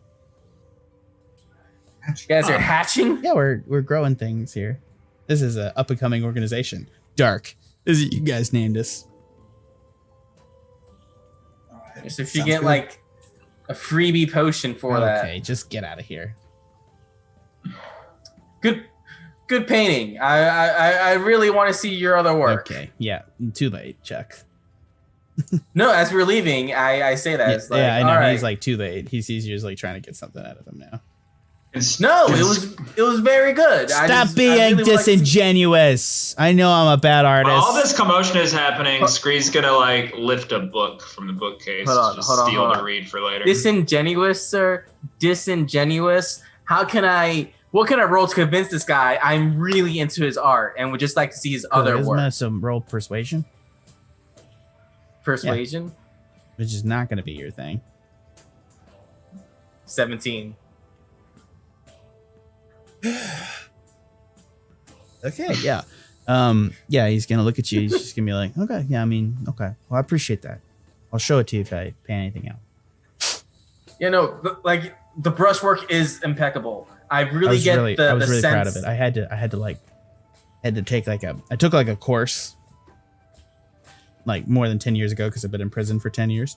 But like Big correspondence. Yeah, well, not in prison, not in the So you painted this 10 years ago? Not in the Void Prison. Yeah, well, they kept it, you know. They made this ship. I can see why. It is impeccable. All right, well, we'll keep going. I don't want you to think I'm being disingenuous. No, I agree. I understand. I appreciate you. I appreciate that you are interested in my art, and I take no offense. Good day. And then I guess we leave. You guys had a nice dinner, and you left. Kimberly turns around from her forge as you guys exit. She's like, oh, hey, guys. What's up? I hear you're hatching stuff for us. Oh no, that's got to be Yelmic. So you'll have to check with him. It should hatch in a minute. But anything you guys need me to forge for you? Pretty much any weapon, non-magical weapon or armor, we can go ahead and make for you. A rapier would be lovely. Yeah. Okay. And she grabs one out of a pot and tosses it to you. It's got a nice worked bird into the handle. I'm very impressed. The iron appears, it's like the blade is like black in color, so it doesn't reflect. It's pretty nice. I'll take a dagger. Need any armor? Studded leather, I suppose, for you, Scree? Yeah. That Get you some sounds dex nice, armor. actually. Ashe, dagger, here you go. And she tosses you a stiletto. Nice little stiletto. A heel? A stiletto, yeah. Sharp knife. Dude. The heel is named after the Yes. blade. Yeah, but I want him to have a nice, sexy pair of heels. I love you, Ed. You are vexing. I am vexing. I love you. Yeah, he gives you a knife. Can I also get a disguise kit? Yeah, let's get you a disguise kit. Here you go. We got a little thing. Do you have any thieves' tools? Oh, yeah, I got him out there. She like pulls them out of her belts and passes them over to you. These tools galore. Yeah, awesome. I guess I'll ask for a great axe. Yep. Can it be a great axe +1? No, that's a magical instrument, and I clearly defined that. But you always asking. It's not a magical Yes, a instrument. +1 is a magical instrument. Anything +1 is magical. No, it's Shut up. not. Anyways, you're not even funny anymore. It's just annoying now. Like, you don't get a great axe, and everybody gets weapons but you, because I hate you. Is that how we No, I'm play joking. this? She pulls out a great axe. It's got. It's actually kind of cool. It's got like a horn design. So the axis has like antlers worked through the axe. It's like the axe and antlers type of deal in it. And so it has like these cool outswept horns that make up the blade of the axe, and you can stab with the front of it. And she picks it up, and she can barely lift this great axe. She physically could not wield this great axe because she's a small creature, and she passes it off to you. Armor? Nice. Ashe, did you want something? No, unfortunately, sorcerers do not have proficiency in any I thought you had armors. light armor. I do have that, but I'm not proficient. Oh, that's why you'd have disadvantage. Okay, yeah. Okay, yeah, we can get you some better clothes though. Maybe like a nice little wizard's robe. All right, Nice. yeah, I'll get you some. This might be a weird request, but do you have any kind of rope Yeah. or Yeah, soap? so Yelmic will have you. He's gonna get you some rations and some adventure kit set up. So you'll have rope, soap, rations, water, that sort of basic shit. I am responsible. How about crossbows? Do y'all have hand Yeah, crossbows? here's a hand crossbow, and she passes one over. You want a light crossbow, hand crossbow, heavy crossbow? Hand She crossbow. passes you a hand crossbow. You guys wouldn't happen to have any braces Thank of you defense, kindly. would you? Stop looking for magic items, you dickbag. I'm trying to find good stuff. I'm just all right. You're a Minotaur. This is your second warning. Ask for actual things, non-magical stuff. So if it's a +1 or a magical item or listed as a magical item, D&D Beyond, you're not going to get it from her. But this is a lot of opportunity for you to pass by here, Ed. So you need armor, you need other things. What do you want? I don't know much about armor. That's the thing.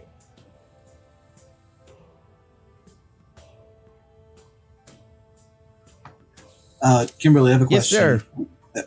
If I wanted to have a component pouch, would I need to talk to Zilix or? Oh, yeah, you'll have to talk to Zelix to get a component patch. I think he's got some arcane foci downstairs as well. What about like health potions and? That's and definitely a stuff like Zelix thing. All right, thank you. Yeah, talk to him. So you got a dagger. Is there anything else? You want a quarterstaff? You want a short sword? Anything? Yeah, I'll take a sword. I'll take a quarterstaff, a bedroll, a backpack. Yeah. Oh, we'll get all that, and we get all that with Yellick. So we'll get you guys some adventuring kits set up. But I think he's got a bag of holding of sorts for you, if it's hatched yet. If it's hatched. I like where this is going. Okay. Zelix will have some items for you tomorrow that you guys will need. But otherwise, We got a great axe for Chuck, and I'll let you guys pick later after times if you want to go ahead and do some other things here. Pretty much anything that's like basic items in like kind of the player's handbook, you guys can get here. So if you guys want to talk over next time, if you guys decide to shoot something else, but right now you're getting a great axe, a rapier, a dagger. You're keeping your shiv, Trevor. Unless you guys got something better than this little. She gives you a long knife shaped like a feather that's black in metal, and it will fold into your feathers very easy. Thank you kindly. I made it today. I was thinking of you. I'm speechless. Okay. Literally. Go ahead, head on over to Yelmic, and I'm sure it's about ready to hatch. I'm interested to see what's they keep referring to with hatching. Okay, so you guys head into the next room. As you guys open the door, you see a kitchen with several barrels of like food and stuff on a kitchen table that's being chopped. There's a grill against a large window that's been on fire, and it has smoke drifting out to the side. And near the water babel, you see a gibbering mouther, which is a giant slime-like creature with hundreds of mouths that are screaming and crying, and its eyes are open, and it's just like the most horrifying fucking thing you guys have ever seen. It's essentially a Shoggoth from like H.P. Lovecraft, and it seems to be cooking as it screams. Riley and Yelmek is just ignoring earplugs in.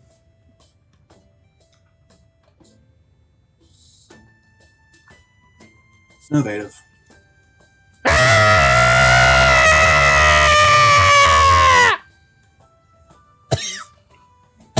Is our stuff done? Yelmic doesn't hear you. What's cooking? You guys touch Yelmic, he's gonna turn. He's like, "Oh, sorry." Old Oogly over there can be a little bit loud, so I put things in my ears. So yeah, we got him for you. Ready? Are you guys ready for this? He's about to hatch, and we need him to bond to you. What are you talking about? We're pretty good with bondage things in our things so far. Oh, don't worry. This is for you guys. And he goes into the furnace and pulls out, it's been very, very hot. And he pulls out a large egg, sets it in a pot by a table. And he's like, come here. When it hatches, it needs to be able to see you guys. So it makes eye contact. And then it'll bond to you. He points into the pot. You're still not describing anything, and I'll start to walk. That's a mimic. We're hatching mimics? Yeah. Mimics for what? For just look at the damn pot. All right. You guys look at the pot? You don't have to tell me twice. I'll look at the pot. Sure. Here. And he tosses Chuck a backpack. Hold that next to yourself. Okay.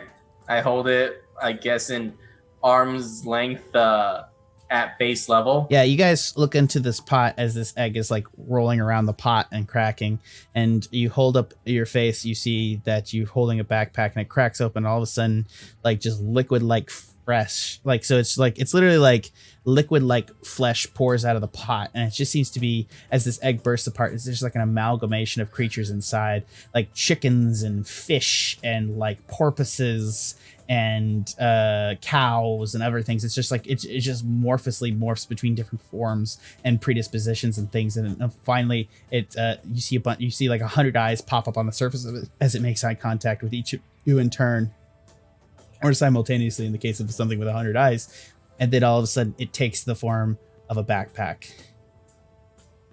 Yelmet looks over at you and he says, "Good, okay. So this is a baby mimic. You guys know how these are used?" No, not at all. Yeah, so it essentially, baby mimics, if you use them correctly, you can use them like a bag of holding, because mimics have interdimensional spaces that they use to hide all their flesh and other shit in there. So if you put something inside a baby mimic, he'll hold it for you. But you gotta be able to pet him just right, because if anyone else tries to open up a bag, since it's a baby mimic, it'll attack and eat them. That's good to know. So how do you pet it just right? Okay, let's go ahead. You, Chuck, so go ahead and just pet the top of the bag. Set that bag down, because it'll get jealous of your other bags. So you can't have other bags. Set that down, and then just go ahead and pet the top of its head. Okay. Is that an animal handling? Yes, roll? it is. With 14. with advantage. Okay. You have advantage. Ooh, crit! Oh yeah. So the bag opens up, and you have so it's bonded to you. That's why you'll always have advantage to do this. The bag opens up, and on the inside lip of the bag, the insides of the bag are like moist and like a gullet essentially, and you see that there's like a gullet down into an interdimensional space, and the inside lip of the bag has teeth on it. So like as you open the bag up, it's like a fleshy pit down into a void that you can stick stuff down into. Do I have to brush this guy's teeth? I mean, probably. I don't know. It depends how many people you let it eat. I have to feed it? No, you don't have to feed it. You just have to keep your shit in it. But do I have to feed it? What is the maintenance on this? It's a living thing. No, it doesn't have to eat. It's like it's It's just a baby. When it matures, I'm gonna go out on a limb on here and say this thing is being alive is, if I put optimistic living at best. things in this bag, will they be safe, or will well, no, it it potentially functions eat like a regular bag of holding. So if you put living things in there and you close the thing, unfortunately, it's going to they'll suffocate. But it just has an interdimensional space on the shape of the bag. A proper mimic doesn't develop a digestion system till about the age of 6. So you got about 6 good solid years of this guy before you need to all your shit's gonna get digested. Okay. So I would say maybe go about 4 or 5 years with him, and then make sure to take everything out before he turns into like a full mimic. Usually they turn into chests at that point because adventurers love chests. Oh my god, we're gonna have to ODLer this in 5 to 6 years and Don't put him down. Just We'll put him in a dungeon somewhere, and he can kill adventurers all the live long day. No reason to do that. I mean, who said I'm gonna live that long? I have this thing in my head. I highly doubt, based on your general cut and jib, that you'll live that long. I laugh at my own mortality. I laugh at mine too. I'm sure I'm going to die in dark. Oh, the name's catching on, guys. That's In a big good. way. I listen at the corridor every time he talks to anybody. I'm gonna have to get you drunk one day. You mean get ratchet drunk, and then I'll spill all the secrets to me. No one can drink Yelmek under the table. Especially since I have access to the grog barrel. Oh, I think I'm gonna this be is your friend right now. It's the bonus mission. I You gotta want to do see. access. You gotta do extra shit for your friend Yelbeck if you want access to the grog barrel. Yelbick, you have access to grog. What can I do for you right now, buddy? I would love some Okay, grog. well, I don't know. What are you good for there, bud? I just help break your leader out of jail. I'm good for a All lot right, of well, things. yeah, it looks like you got to do me a favor for the backpack, and then maybe we'll talk about some grog. The favor, well, the backpack was given to I us. know, but your old I'm gonna- Yelmick took care of it and got you all situated with it, so I don't know about that. I mean, I already bonded with it. It's mine. It was I know. given to me. I'm Bye, sorry. I'm gonna this walk guy. off. I'm gonna walk Go off. ahead, Ashe. I'll follow Is you. anyone, Chuck? Are you picking up the backpack? Yeah, I'm picking All up right, the backpack. I'll send you a thing into your inventory, but now you guys effectively have a bag of holding that you just have to rub correctly before you open it. It's fine with me. It's bonded with me. I credited with it, baby. No, well, it bonded with all three of you Oh, it did. because all of its eyes were looking at the three of you. That's like Jesus. We have to count on Chuck Angus to open it. Chuck every time. Angus now has like a baby in his possession that he has to take care of. He's like, I'm not ready for this. I was not ready for this. Another bastard child. Chuck. Ash, where are you going? I'll go see Zelex. Okay. Scree just like pats him on the shoulders, like, no one is. Okay. All right, you Where guys we go go? down to the second deck where you see all the kobolds hanging out. They have, between all the guns, they have their green hammocks strung out where they're sleeping. But hold on. I do want to seriously ask him, what would he like to get some grog tonight? We've moved past that. Yelmek was not forthcoming about it. He's like, do your friend Yelmek a favor. You figure it out. I'm not your fucking bitch. And then he just goes back to chopping vegetables. Well, we got 2 or 3 things to resolve here: the armory, the bookcase, and some other things. But I'm gonna work on those later. You guys progress down to Zelix's green chambers, and you see green gas coming out of the door. He's going to Zelix. I'm working on this grog and So you're not other going stuff. with him? Just split the party over grog. All right, sure. At Chuck. Well, there's secrets. Chuck Angus stays over there, and Ashe and Scree. Well, no, because if his response was figure it out to do me a favor, I would like to we'll go deal it with to later. Ashe and Scree go down to Zelix's chamber. You see the smoke coming out of the door. Ashe and Well, buddy, we've seen worse than this, right? Yeah. You first. I see how it is. All right, why not? As you guys open the door and proceed inside, you see that there is a kind of like a huge center circle and kind of like a dais that has like a little, like almost like an Aztec style, like sacrificial pit in the middle of it. And there's a giant along one wall, like a giant portal that's swirling with green industry that Zelix is standing in front of. Against the back wall is like a stone plinth with several mushrooms on it that he seems to be chopping up. And then the potion, in the corner, there's another potion jug with like green swirling liquid in it. He turns and he regards you and he says, and you hear, not physically in your heads, he's like a mauve color in his skin. He's wearing this almost like gas mask type of thing that just doesn't cover his facial tentacles. He's kind of slimy to the touch, and he's in this giant dark, like kind of like Hugo Boss Nazi style robe. And he just looks at you and he thinks to you, "Have you come to receive my potions?" Yeah, we have, and a couple of other things, if you don't mind. Certainly. It is important that all members or spellcasters of Dark learn the revival spell. And he pulls out of his pocket a spell scroll. Ashe Fallbright. Make sure to copy this to your spell book. Okay, yeah, sure. That's another thing I was trying to mention. Do you happen to have a book that's kind of blank that I can just He passes you use a book. Sweet. And then he's going to pass you an ink and quill as well. Do you have a component pouch as well? Certainly. For arcane focus? And he goes over your spells with you that you have, and he's going to find all the components to those spells and put them in a pouch for you and sew it up and give it to you. Get a little, like, fanny pack of spells.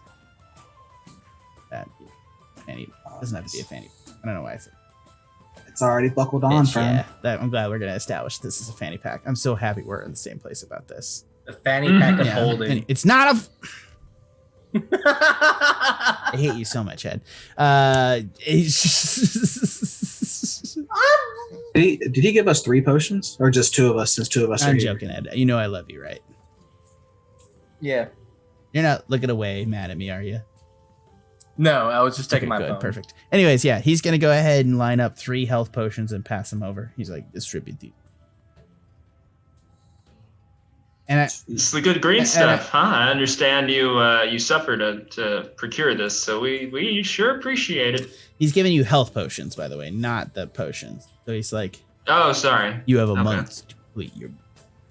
When you return, I will have the motion prepared to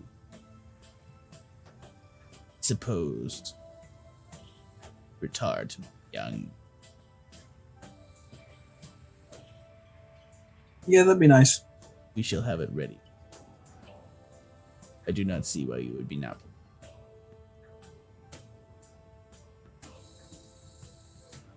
We busted you out when we weren't mind players.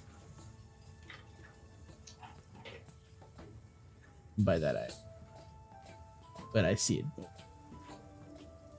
at the right time.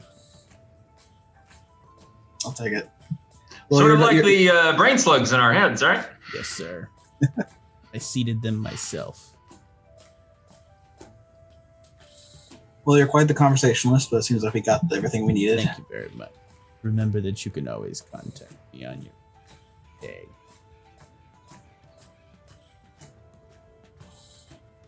Beetlejuice. Understand. Thank you. I'll leave you to your. acid that. Ashe Fallbright. You have heard. Tosses you a diamond. Roll. Oh, it's nice. Gonna sell this. I'm just kidding. Unless you want your people. No, of course You not. should all.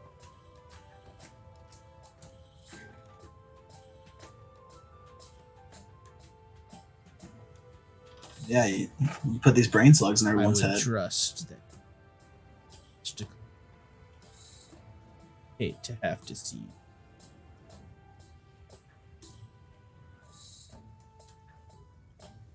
Understandable. I'm thinking I'm good. Scree, are you okay? Are you good? You know, this just occurred to me off the cuff,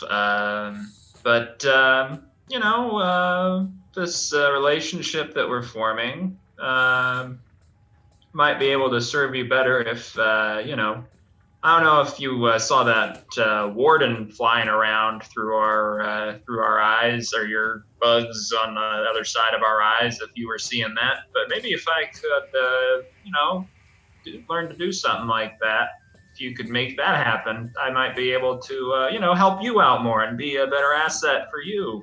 You could give me the power of flight. I think we could come. Some. I shall speak.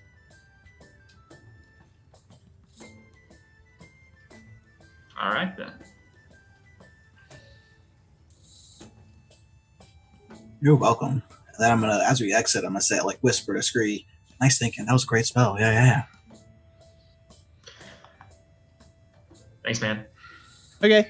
You guys proceed back. Let's go back to Chuckamuck. Chuck, what are you trying to convince him here? Not so much trying to convince him, but like, what does he want for grog? If he gives me any type of specifics, if not, I go to. I would care for some rare food ingredient. Sorry, he's talking like Zelix now for some reason.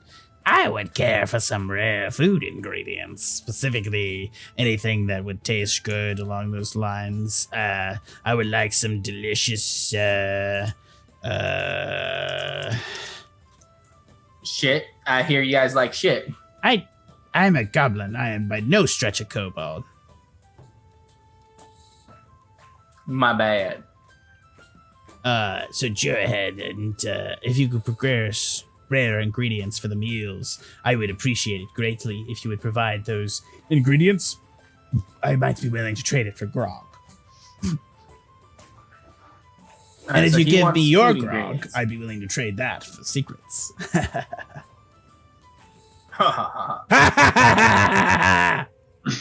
Did we get grog at dinner? You had wine at dinner. There's no access to grog right now unless I get. I secret food suppose things. I could give you one serving. I'll gladly He appreciate takes out a it. tin cup and he puts a tablespoon of grog in the bottom of the cup and then fills the rest with water and then squeezes a lime on top of it and passes it to you. I appreciate it, and I guess I go to the other what's her face is in here the other. Sure. Okay, you go downstairs and knock on the door to Bag of Nails and Galil and Amon's Devil Spawn's cabin. Yes. You knock on the door, and it opens up, and Galil looks at you. He's like, "What do you want, Minotaur?" I couldn't bring any leftovers from dinner, but I did manage to get this measly little tasteling of grog. And since we're all in the same ship, so to speak, I brought this over to You you. pass him the cup of grog, and he looks at you. He's like, "Abun Aman, Minotaur." He shuts the door. Is that a thanks? Roll me a history check.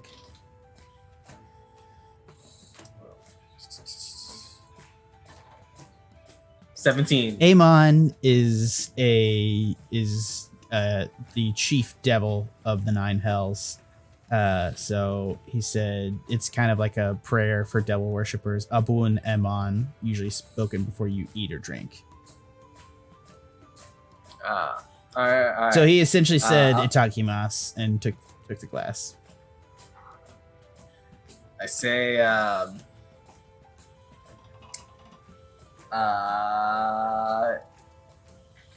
there's more where this came from. If I can procure rare ingredients. You saying this to them, or who are you saying this to? You're saying to a door. Oh, he closed the door? He took the cup and said Abuna Mon and closed the door. Oh, then I'm go in my head, rude. Yeah, it's just rude. And I walk away then. Yeah, it is pretty rude. Go back to... You come around the corner and you see Ashe and Scree looking a little shook up from their meeting with Zelix. I assume so, guys. Is that fair? He's a creepy dude. There's a reason I didn't want to go see him. Yeah. All right. So I think you guys can go into your cabin and discuss this before the morning, before you guys are sent on your mission. Yeah, let's do it. All right, yeah. So I asked you guys, how was your conversation with the Mind Flayer? Very fruitful. Got all the spell stuff and cast all my spells now. Feeling pretty good. Did he give you guys anything for us as a group? Yeah, he gave us some health potions. Sweet. So we each get one health potion? I don't know, Chuck. What are you going to give me for your health potion? You remember you guys still had one health potion that she gave you there, so you have 4 health potions total. You have a bag of holding, all the armor and stuff you got, 4 health potions, and 1 scroll of Revivify with 1 diamond. Oh, Yeah, didn't we pick up some like rubies at some point too? I don't know what those are. Yeah, for, you guys right? got, I don't think you have any more pounds of sky stone, but you have, you got some ruby dust.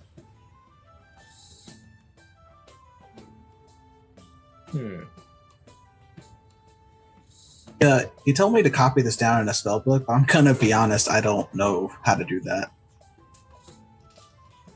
So this is shocking to you guys, because especially you, Scree, you're a guy and you're like wizards and shit, copy shit into spell books. You're like a arcane trickster, so you don't technically do that. You have a limited number of spells that you memorize personally, but you know that great wizards like Ashe should be copying shit down into spell books. Yeah.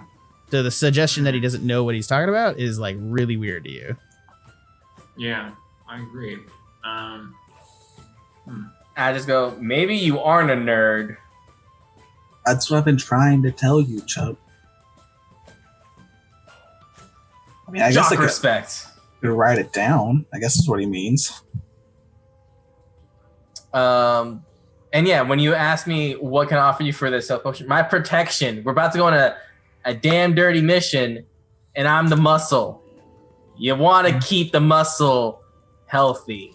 Yeah, that's a good point. Yeah, I'll give him 1.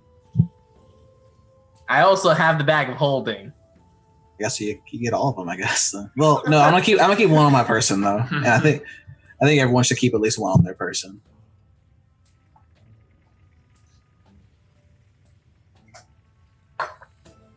And is that all the information? Yeah, pretty much. I also tell them if we find rare ingredients or like decent food on our mission, we can get extra grog or secrets. Chuck, I'm gonna be honest. I don't give a damn about their secrets. Information is power. Knowledge is key. Not knowledge in a nerd way. Not knowledge in. Can I grab him by like the neck? Oh God! And go, not in the nerd way. God, really? In the survival way. You got it. You got it. Ah! I let him go, and I go, I didn't want to do that. You made me do that. Don't disrespect the Angus. And now you're victim blaming? Are you a victim?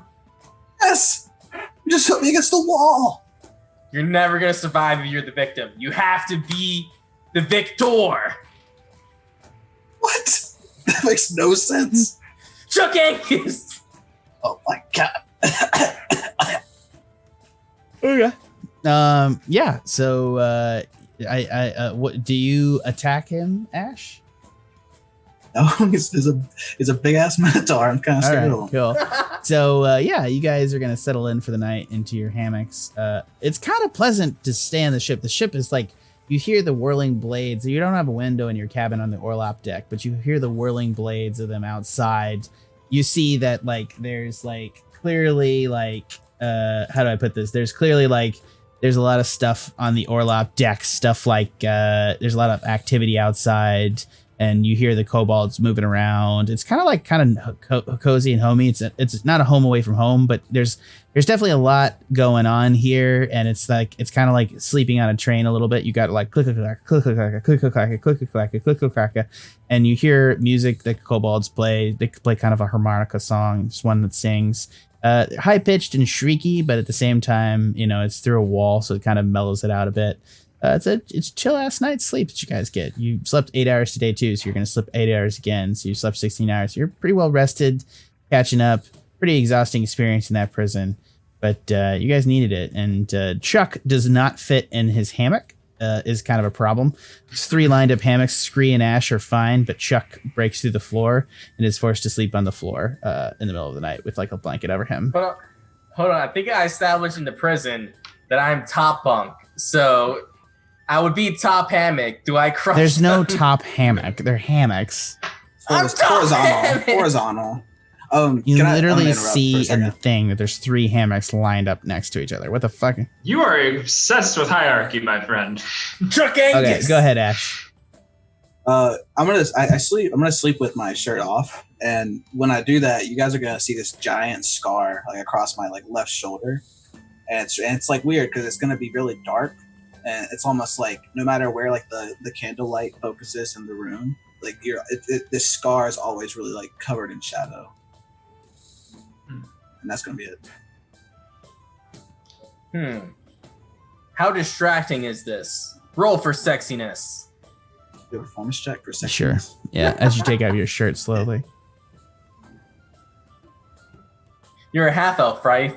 I imagine everything elves do as sexy. That's perception. Yeah, I was about to say, your perception is not the same thing. Oh my god.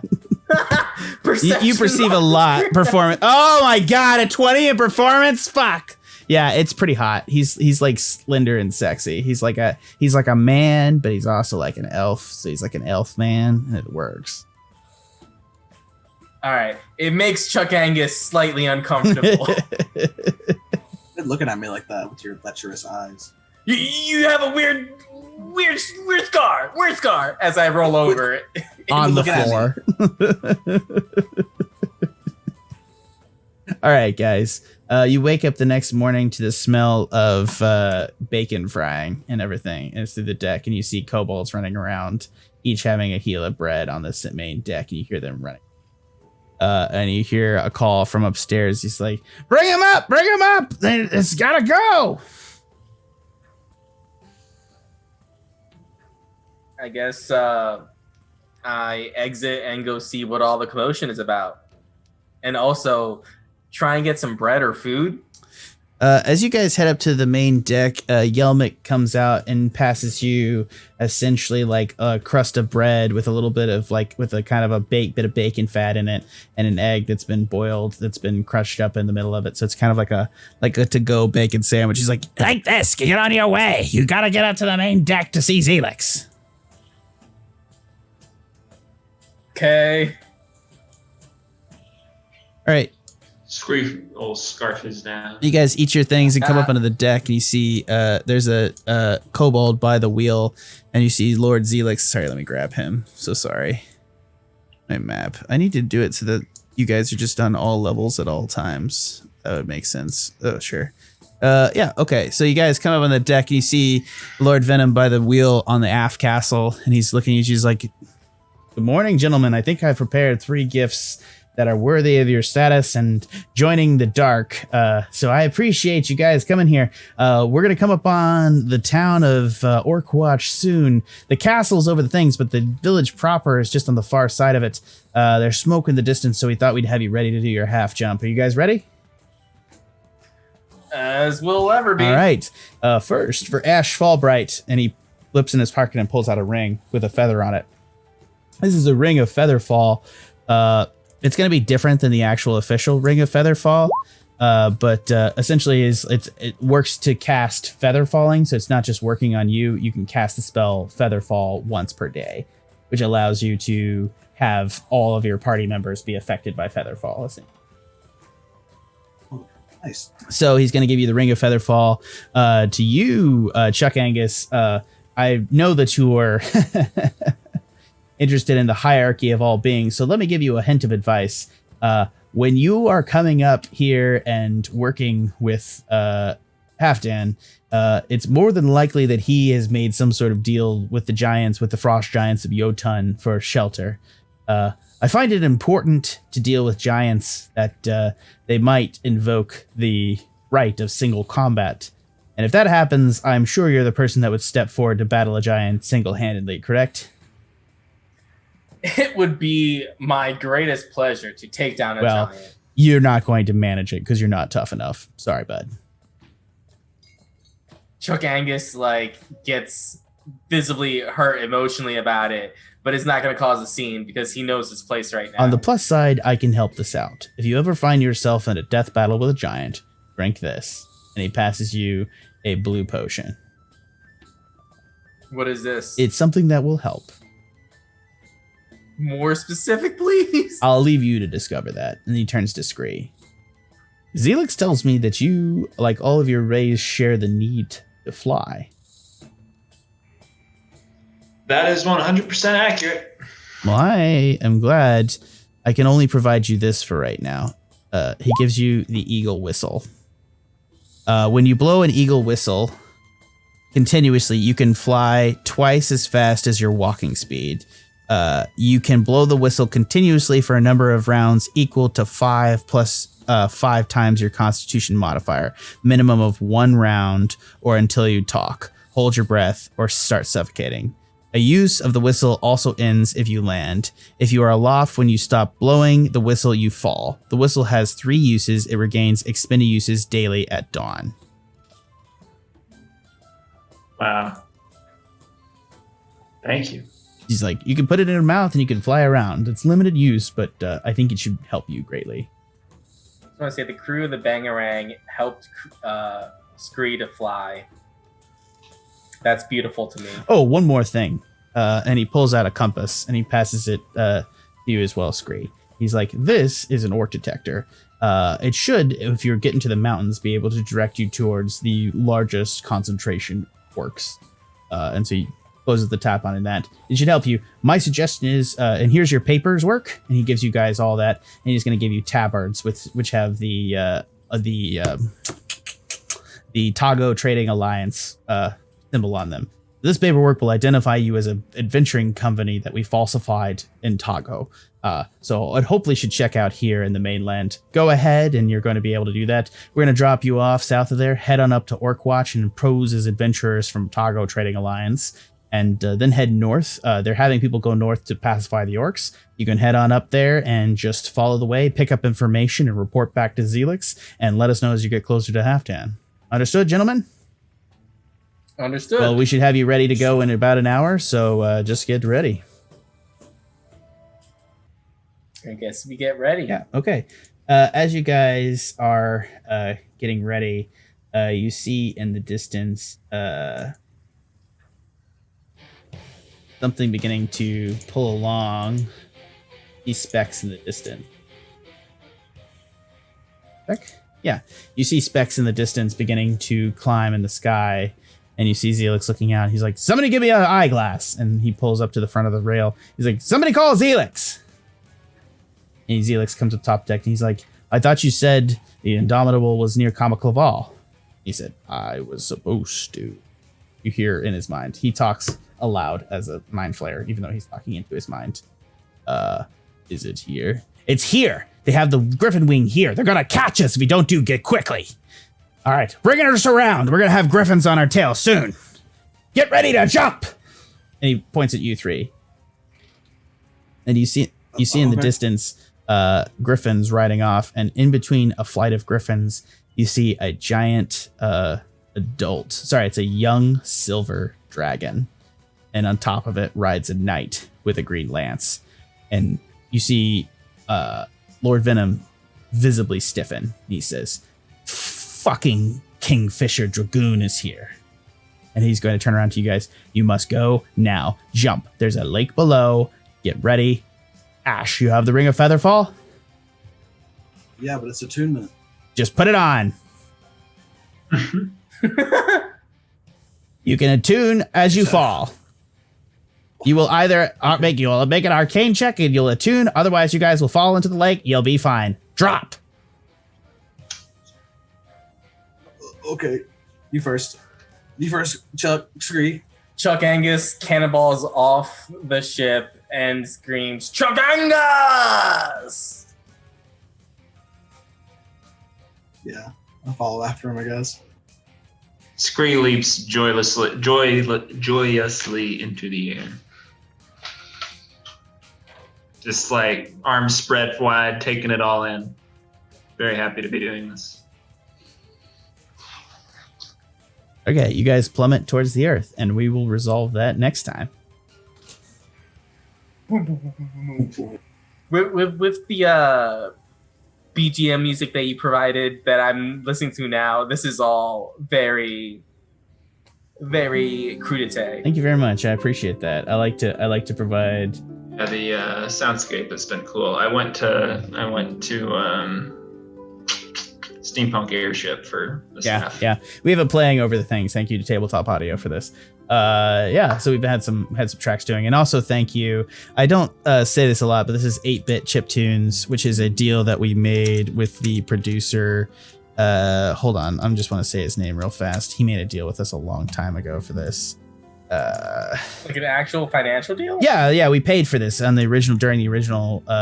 We paid him rights to use some of this music. I use Tabletop Audio primarily now on the Twitch stream because they're pretty cool about shit.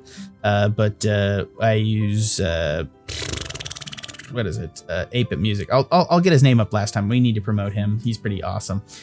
Speaking of promotions, guys, head on over to @penandpaperpod on Facebook and Twitter, where you can give us all sorts of comments and stuff there. We'd love to hear from you guys. We'd love to hear you for more in chat. We'd love to hear you guys live on these things.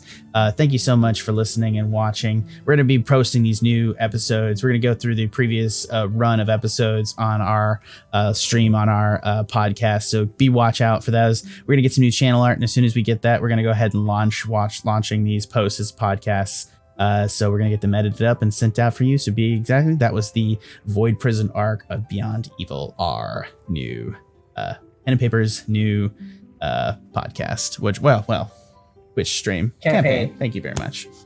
If you want to check out all their podcasts, head on over to the Tuscan Shed Media Network. It's the TuscanShed.com, where you can check out the Movie Gang podcast. We're currently, due to COVID, going through the Bondcast. We're up to Live and Let Die with Roger Moore. Go check those out. You can also, while you're there, check out our other podcasts, including Animania, which is the cast of Scree, and Chuck Angus to see them and their thoughts about anime. Check out us out there. Check out all our other podcasts. And again, for the Pen and Paper Pod, this has been Ashe Fallbright, played by Tanner. Chuck Angus, played by Edwin Reyes. Chuck Angus! And Scree, played by Trevor Flynn. Hey. I've been Jack, your DM. One last time from everyone here at the Pen and Paper Pod. Thanks for listening. That went a lot better than expected.